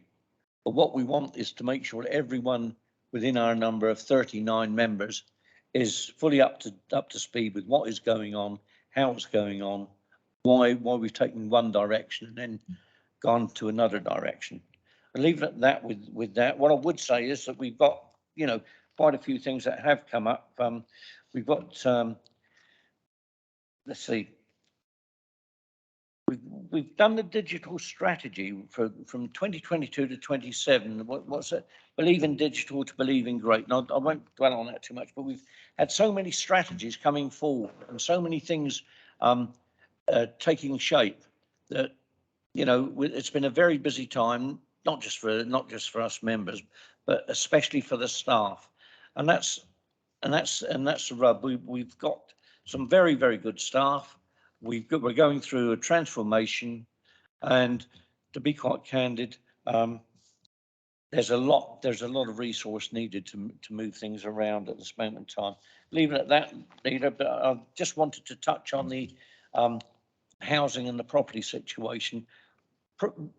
Quite willing to talk outside the meeting, online or whatever, to make sure we get clarity over the understanding of where we are and what we're doing, and also the pressure that we're under with it. Thank you. And I do know it has been a 2-year struggle to get to this stage, mainly because housing was in so many different areas. Bringing it all under one person who's managed to create this has absolutely cleared things. Could you save your questions to the members' questions at the end, please, so that we can just get these reports through? So basically, yeah, I understand what you've, the struggles that we've had for 2 years. It has been quite difficult, but it's now falling into place finally.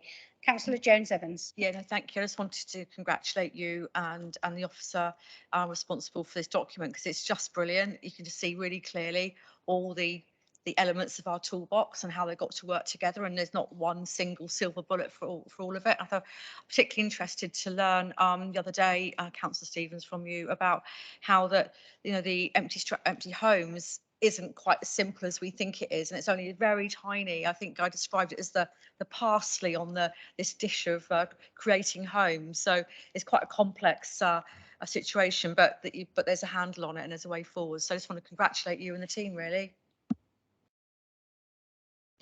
Councillor Jones-Evans, some of your achievements, please. Yeah. So Leader, I was wondering if you can just slightly amend your the item 11. It says provide brief update. If I just strike out the word brief, is that okay? Just because it's 2 years since we sat here as a newly formed cabinet of people that had worked together before and some that hadn't. So, you know, thank you for bringing the team together, and it's been a really interesting and fruitful couple of years. So I just thought I would take the opportunity of a 2-year anniversary to reflect on the achievements from my portfolio within the Isle of Wight corporate plan. So I'm going to read them through. I've made some notes there, so please just do indulge me for one moment if you don't mind. So number 35 was the complete key regeneration projects. Well, Newport Harbour is moving forward with the cultural centre getting in readiness with the plans for levelling up Round 3 project, and that is bringing together a new library, theatre, gallery, maker spaces, and most importantly, a home for our very precious archives. It's a really fantastic project, and this, I mean, the seed of this project began back in 2018. So I'm not taking responsibility for, taking the praise for this. It's a team effort, and it's the previous administration that obviously led on the Newport Harbour master plan, and the master plan is due to come to cabinet in October. We've got the steel yard will be coming in soon. That's a meanwhile use for the harbour, which will be really fun and interesting too. Shanklin Spa, we've found the partner for that, and in the Island Technology Park, all the tenants have now been secured for that. This is the one in Whippingham by Seacam. The next item was number 36, engage with business and communities on island regen progress. So the Building 41, which we describe in the strategy as a digital innovation centre, we now just call it Building 41, that's open and all the offices are now full. We're now looking at stage 2 for more offices on the upper floor. That was already sort of it was kind of it's like a retrofit almost on that, because everything's in place apart from the walls and doors. So looking to finance that next section. It's a vibrant, and I think mostly it's a really modern working and meeting environment, and I think anyone who goes there is really, really impressed. And I shouldn't say this, but doesn't feel like a council building. They've done a fantastic job there. It's really is a place that you want to be and spend time. So next we've got Venture Keys, that's moving well ahead there. Also we've got the levelling up funding for that, which was in October 21. So again, not something I've done, but the team has carried this work forward. Regen doesn't happen overnight.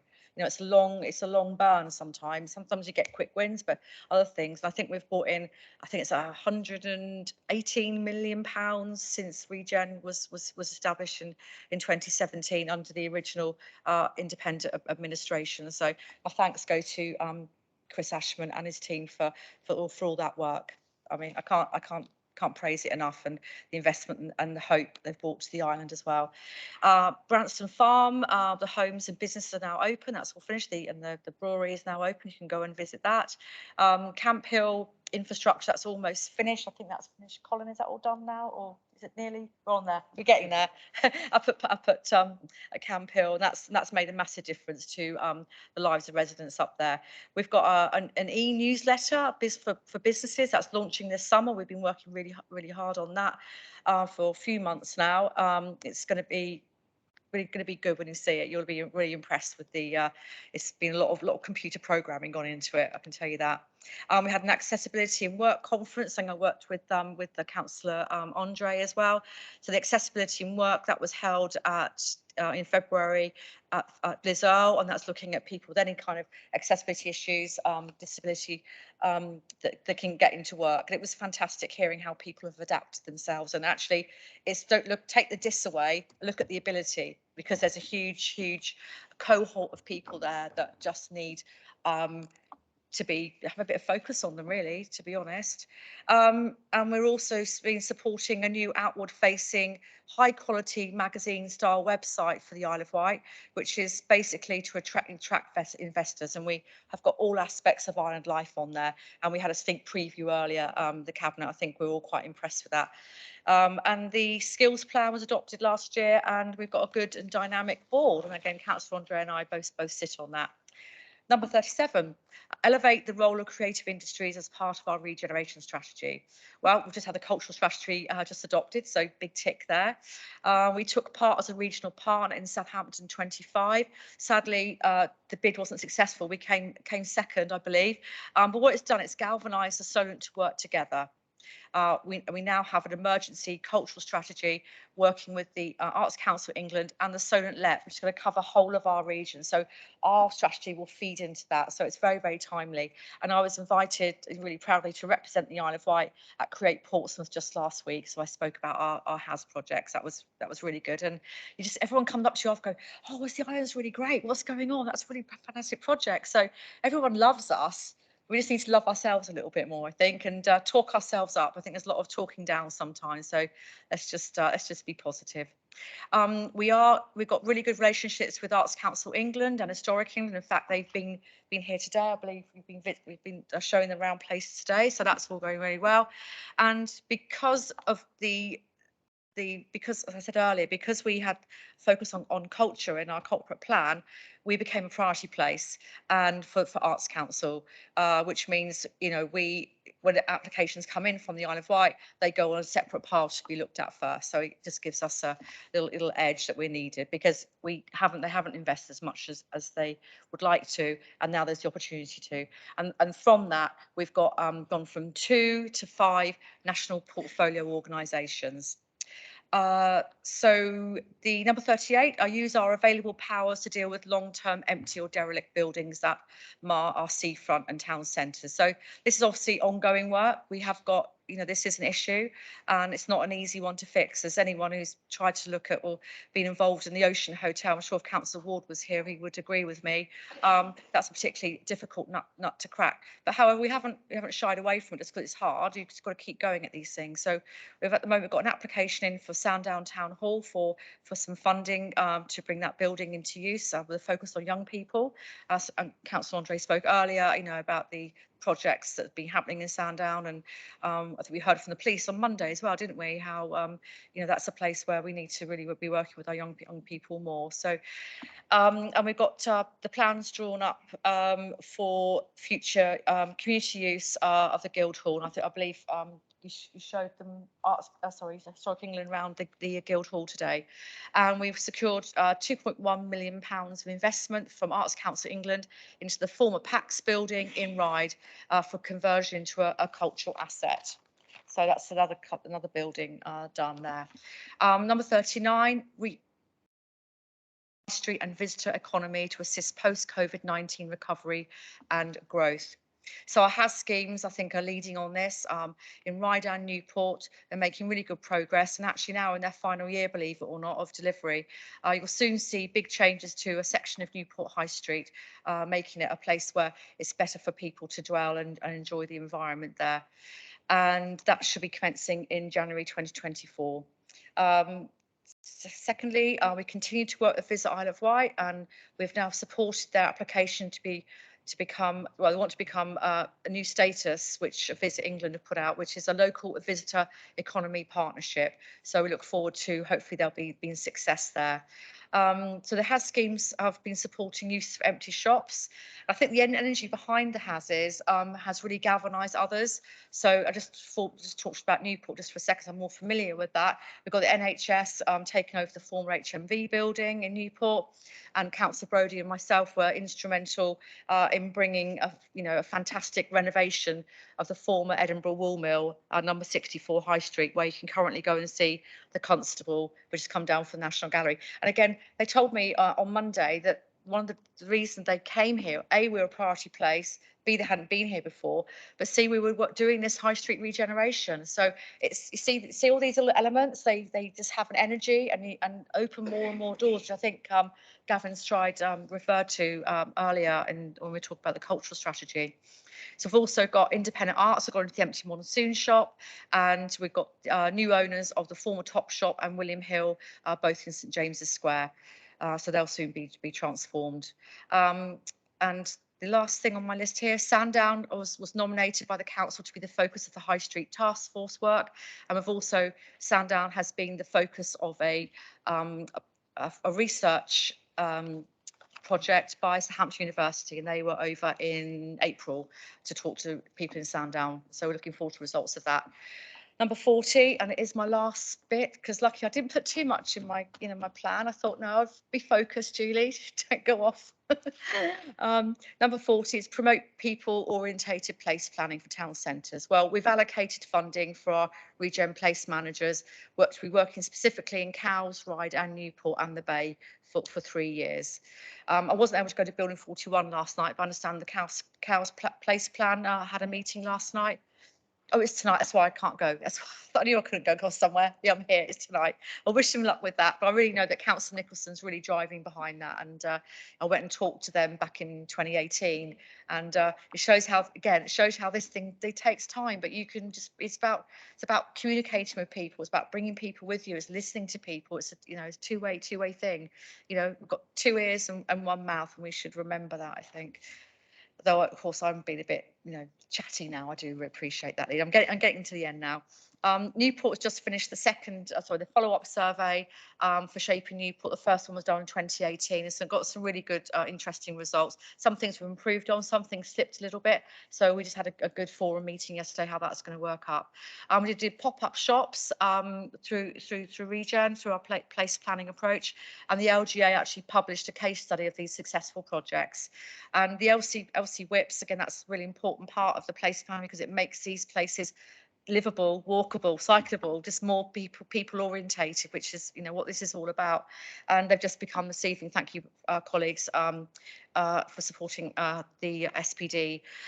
And I've just been given heritage libraries and museums, so I'm getting up to speed with those services, so they don't appear in my section of the corporate plan. But just a quick heads up that we're currently looking at Arts Council funding with the Library Improvement Fund, an expression of interest for Ryde and Cowes libraries, which will be focusing on accessibility. And I do want to give a quick, big up to One Leisure for turning around that service from being completely shut in COVID to getting back up. I think we're around about 85% of pre-COVID levels. So just want to I want to thank all the teams that have made this happen, because you can't do it without people, and people that are dedicated, skilled and focused. So I just want a big thank you to everybody. Thank you.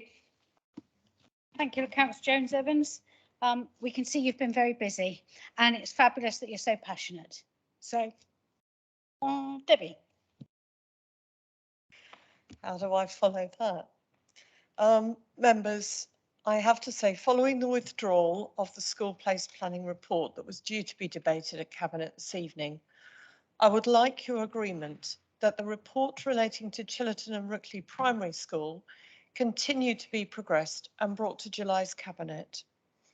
This will seek the authority to publish a public notice that will allow the statutory process to commence to amalgamate Chillerton and Rookley with God's Hill through the closure of Chillerton and Rookley. Now, whilst it's important that we conclude the Chillerton and Rookley God's Hill amalgamation, it does not resolve the chronic issue of surplus places in the primary sector across the island, of which we are only too well aware. To this end, we will be holding a members' briefing, followed by a public briefing before the end of this school term to explain school place planning and allow for public comments to be taken into account in any future planning. And once we have a date for those, especially the public briefing, I will make sure that that is communicated far and wide.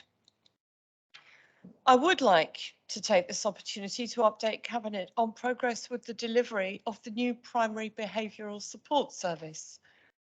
A number of excellent staff have now been appointed, and the service will start working with some of our most vulnerable young children as planned from the beginning of the new academic year in September. Officers continue to work on accommodation options for the new service, and I will update Cabinet further on this point later in the year. This is a really, really good news story for our young people. One of the commitments that I made when I came into this was to raise the voice of our young people. I have been working with our Island Youth MP to ensure that he is able to fulfil his role and fully represent the island, both locally and nationally. And I'm pleased to announce that he will be attending the British Youth Parliament Conference next month. Well done, Oliver. I've also been working with our Youth Council, and I have regular meetings with their chair, and I appreciate all their hard work in attending groups and raising the voice of our young people, such as the Bus and Rail Users Group. And in fact, the Youth Council have now designated members to certain sectors, and where they speak up for issues which affect our island young people, and that's really making a difference. The kind of things that they are coming forward are things that, for example, bus passes that are perhaps time sensitive, that that actually give better value to some of our young people, and their comments are really very much being taken on board. Also, Oliver McLean, our Youth MP, and Benson Hardy, the Chair of the Youth Council, and I have been invited to speak to politics students next month at one of our island schools. So I'm working with them on that, really looking forward to that. And finally, as colleagues will know, we successfully secured funding directly from the Department for Education for a 75-place school for children with special needs, with a particular focus on autism spectrum conditions and special educational and mental health conditions, which will add to the provision that we currently have both in Mainstream and Medina House and St George's. It's one of those areas that parents have been saying to me is very, very much needed for those particular cohort of special educational needs children. And it's so good that we've actually secured funding which will come directly from the DFE, but the DFE are actually managing the project. So it's really good news. Thank you. Councillor Bacon. Thank you, Leader. I'll make it some few general comments, I think, and there seems to be a theme here of looking back a little on what we've achieved. Obviously, as regards finance, I'm the new boy, but perhaps I would like to reiterate the comments on good financial management that you supported and recognised earlier, particularly in relation to the staff who have helped so much to keep us afloat. We're still here. We can't do everything we want to do, but we do what we have to do, and most of that we do pretty well, really. Obviously, the majority of my work in the last 2 years has related primarily to environment and work in relation to climate change. The word I seem to be associated with, good or bad, is biosphere. I'll just take a moment because I think there's, as was said by our friend from the Island Collection a little earlier, there's still a lack of recognition and understanding of that, and I accept that entirely. People think it's a thing, and it's not. It's everything. It's the badge we've been given by UNESCO, by the United Nations, for what we have here and what we should be promoting. And as such, that badge is what we can use as a catalyst to encourage work and development and inspiring people to pursue those most important UN development goals, sustainable development goals. Everything we do is part of the biosphere. So the sort of projects I've had a hand in recently, looking at tree planting, but how to guide that through a tree strategy so we plant the right things in the right places. We raise funds to do that. Work in relation to coastal protection and the good relationship we have with the Environment Agency now. Dark skies, which was mentioned before. Mission Zero, perhaps I'll say a bit more on that in a moment.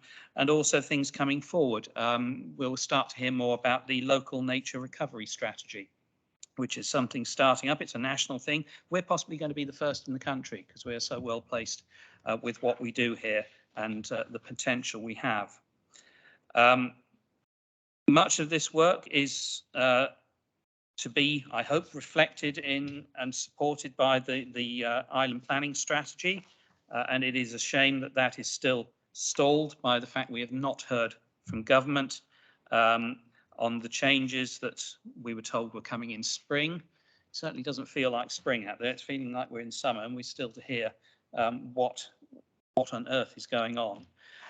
But it's not all going to be about the island planning strategy. The sort of things I'm referring to, I suppose, key thing I've been up to, if I can put it that way, is to integrate it throughout how the council operates, but also how the council can potentially inspire others to act to pursue those sustainable development goals. We now have specific bodies guiding the biosphere, a steering committee, a climate change strategy, and also a steering committee there, a number of hubs set up in the orbit of those bodies, which are involving many people across many sectors on the island, whether it be land use, education, tourism, so on and so forth. And it is valuably allowing a two-way exchange and provision of information to support hopefully what everyone can do. Perhaps if I just look for something to finish on and to illustrate where we're going with developing things within the council, though, I could have mentioned this earlier when looking at the QPMR, page 65, I think it is, just has a few notes in relation to the environment portfolio, brief if you like, and notes that we are now throughout the council pursuing carbon literacy training. We now have a carbon literacy matrix, which is tying up all the many elements I've been referring to, but also we have a new climate impact assessment tool, which has been developed, which is going to be something that all decision makers and those considering how we act as a council will be able to use in their work. It's been tried out in a few parts of the council. It's interesting, this is no offence to any particular body, but children's services, well, how does that affect us? We'll have a go. This is how you use it. Oh yes, we can see there is an impact, whether it relates to transport or something, other aspect of the work or ancillary to the work. And so that tool is coming forward, a little more testing, and it'll be rolled out and everyone will be trained in it. And this will be a council that therefore in all its actions and activity and how it takes itself forward will be mindful of and pursuing actively dealing with climate change, which is our most important topic facing, I'd say, the island, if not the planet. So slightly different approach this time, Leader, but I did want particularly to bring forward that climate impact assessment tool and what has led us to be able to produce that. Thank you. I'm going to attempt to bring in Councillor Paul Fuller to see if Councillor Paul Fuller has any update. He could be on a bus and not. Oh. Hi. Hello there. It's hard to believe that I started off at this meeting in Winchester and I'm back in Cowes now, so I'm just about to jump on a bus, believe it or not. I haven't actually written a report, and given the length of the last couple of reports that we've had from other members, you'll probably be quite pleased that my report's going to be very brief. I've just taken over the portfolio for coastal protection, and I'd like to say a big thank you to the team that's been involved in the work that's been underway at Ventnor for the coastal protection scheme at Ventnor. Everything is working to plan. The first phase has been completed. We're hoping to see some good things in the future. Other than that, planning enforcement is going well. We're talking to town and parish councils as well. I'm hoping to improve the dialogue, particularly with respect to next year's budget. What I really want to do is engage with our town and parishes about where their priorities are, what public services they want to feel is special, and how we can work and support them. So I'm looking forward to doing that. But other than that, that concludes my report. I can give a much fuller report next time. Thank you. A fuller report, Councillor Fuller. Thank you very much. You can walk along Cowes High Street now, you know, just to promote it while you're online. I'm not quite sure. I saw the Pierview pub, so you must be heading towards the bus. I am. Okay, thank you very much, Councillor Fuller. You can come off. That's it. Thank you. He's gone. Good, marvellous. Okay, well, no, not marvellous, but yeah. Okay, so if there's nothing else that needs to be mentioned, we'll go on to item number 12, which is the consideration of the forward plan. And so the only thing really to mention is obviously we will put the Chillerton and Brookley to be added to the July cabinet on that. Okay, and I know now Councillor Spink has been waiting patiently with his members' question time. Councillor Spink. Thank you, Chair. My question really relates to my earlier question, which was, will the Cabinet agreed to setting up a cross-party group to look into the solution to the large number of people on the housing register. I think the answer, but I haven't had a clear answer, I think the answer from Councillor Stevens is no. I welcome the work that he has read out from that rather large sheet. However, I would ask this question, that only relatively recently, a matter of months ago, Councillor Stevens asked for cross-party help to solve what he described as a very big problem. The cross-party help is now being offered. Why does Councillor Stevens not wish to take it? It seems to me a very great shame and not in the best interests of trying to solve a problem that you will not set up a cross-party group and use all of the talent in this council. Thank you. I haven't said I won't. I haven't. Look, hold on. Look, I gave you brevity and allowed you to speak without jumping down saying, no, I didn't. Yes, I did. I've offered, and it's not just offered to one person, it's offered across the chamber to have an informed meeting on the situation with regarding our housing problem and our homelessness problem. And hopefully we'll all get up to speed with where we are currently and where we wish to go in the future. And Councillor Spink and indeed others can have the opportunity at that meeting to come forward with concerns, solutions, ways forward, the possibility and the promotion of a cross-party grouping. What is the best way to do it? We can talk with the professional, our strategic housing manager.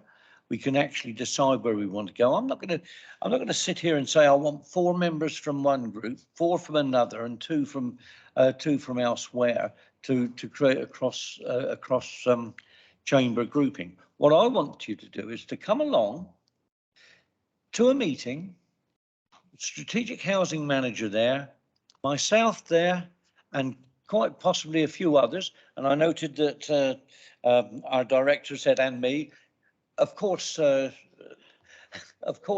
Gordian, you're most welcome to come along, as it is within your remit. But we need to make sure that what we do is we come in, we get informed, we discuss things and tease things out.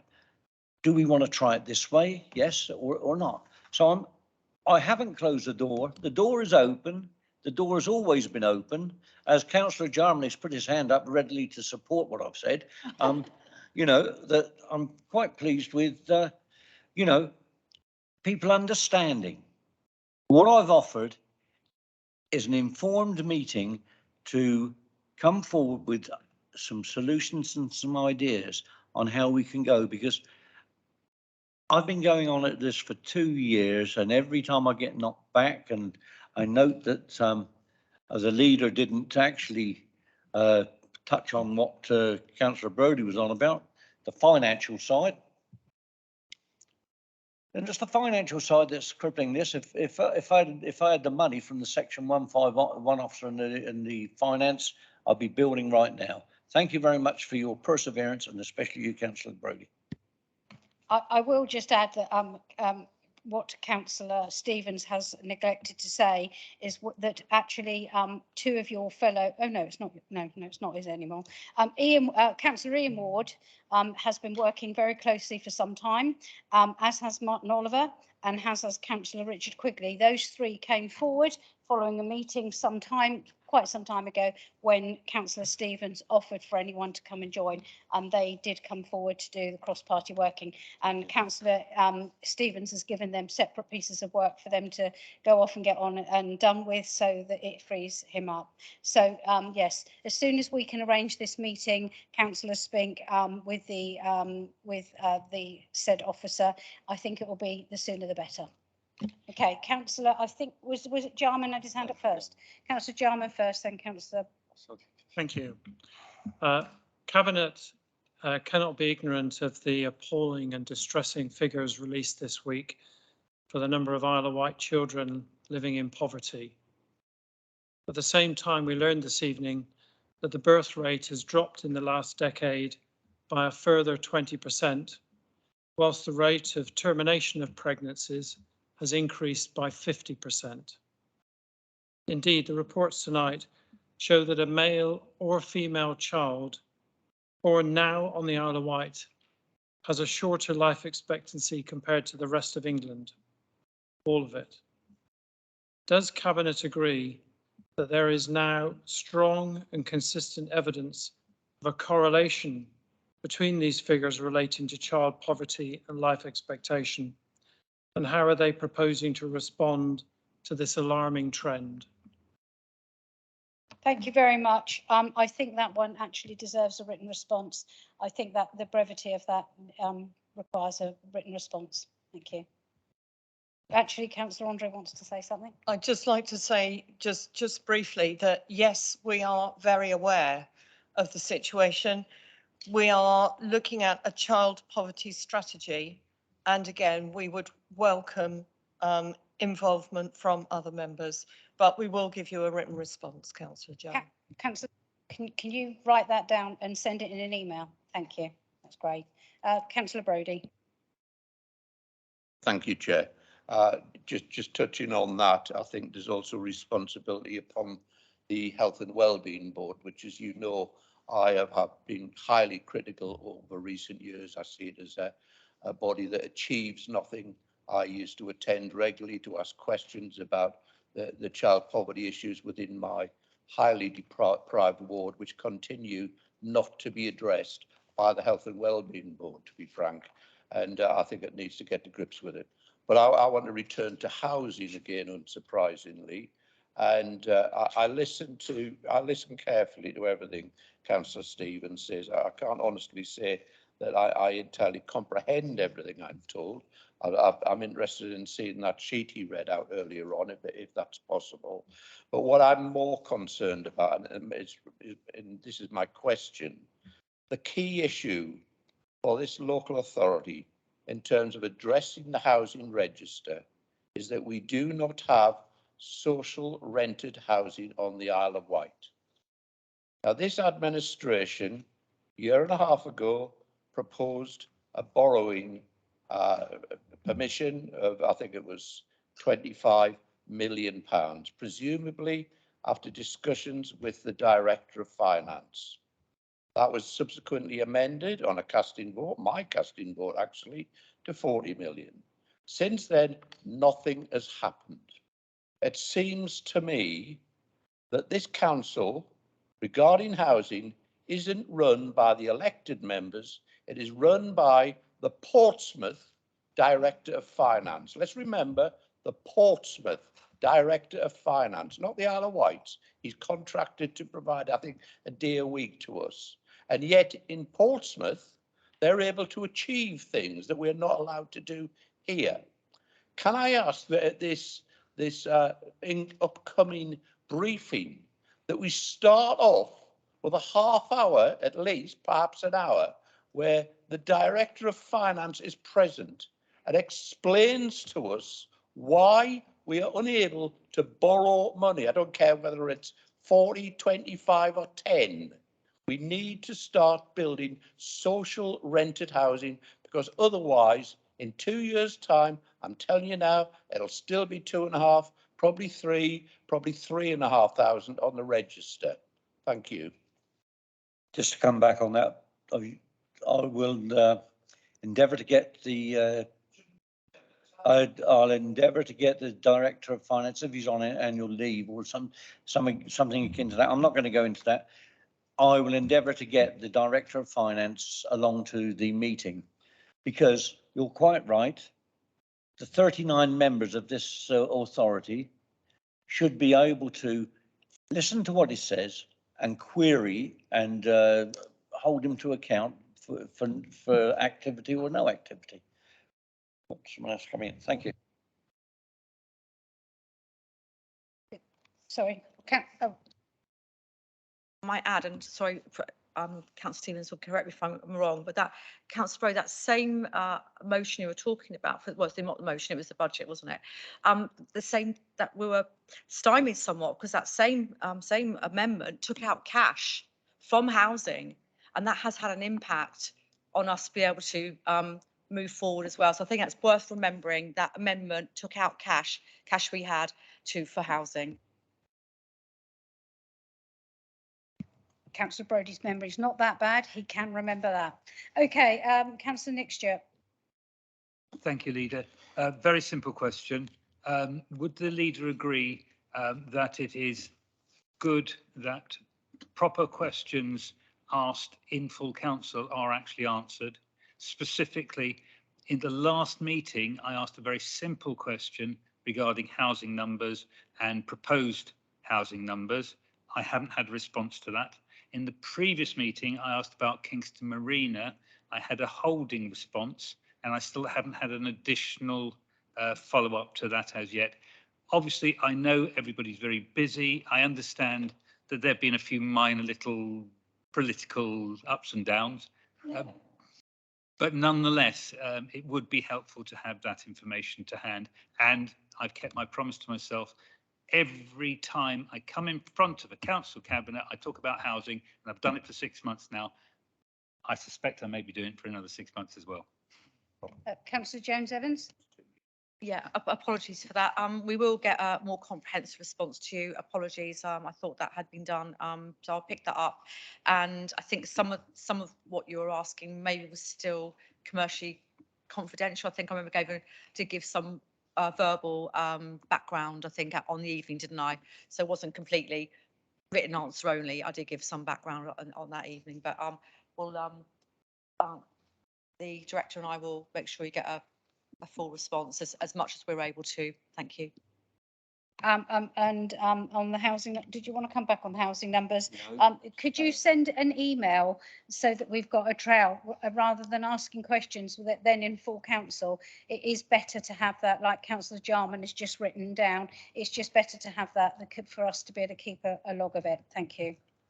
Okay, there are no further questions. No? Okay, so I'll call this meeting to an end at 19:20. Oh, it's just about to go over to 19:22. 19:22, there we go. Thank you very much, everybody, for your time.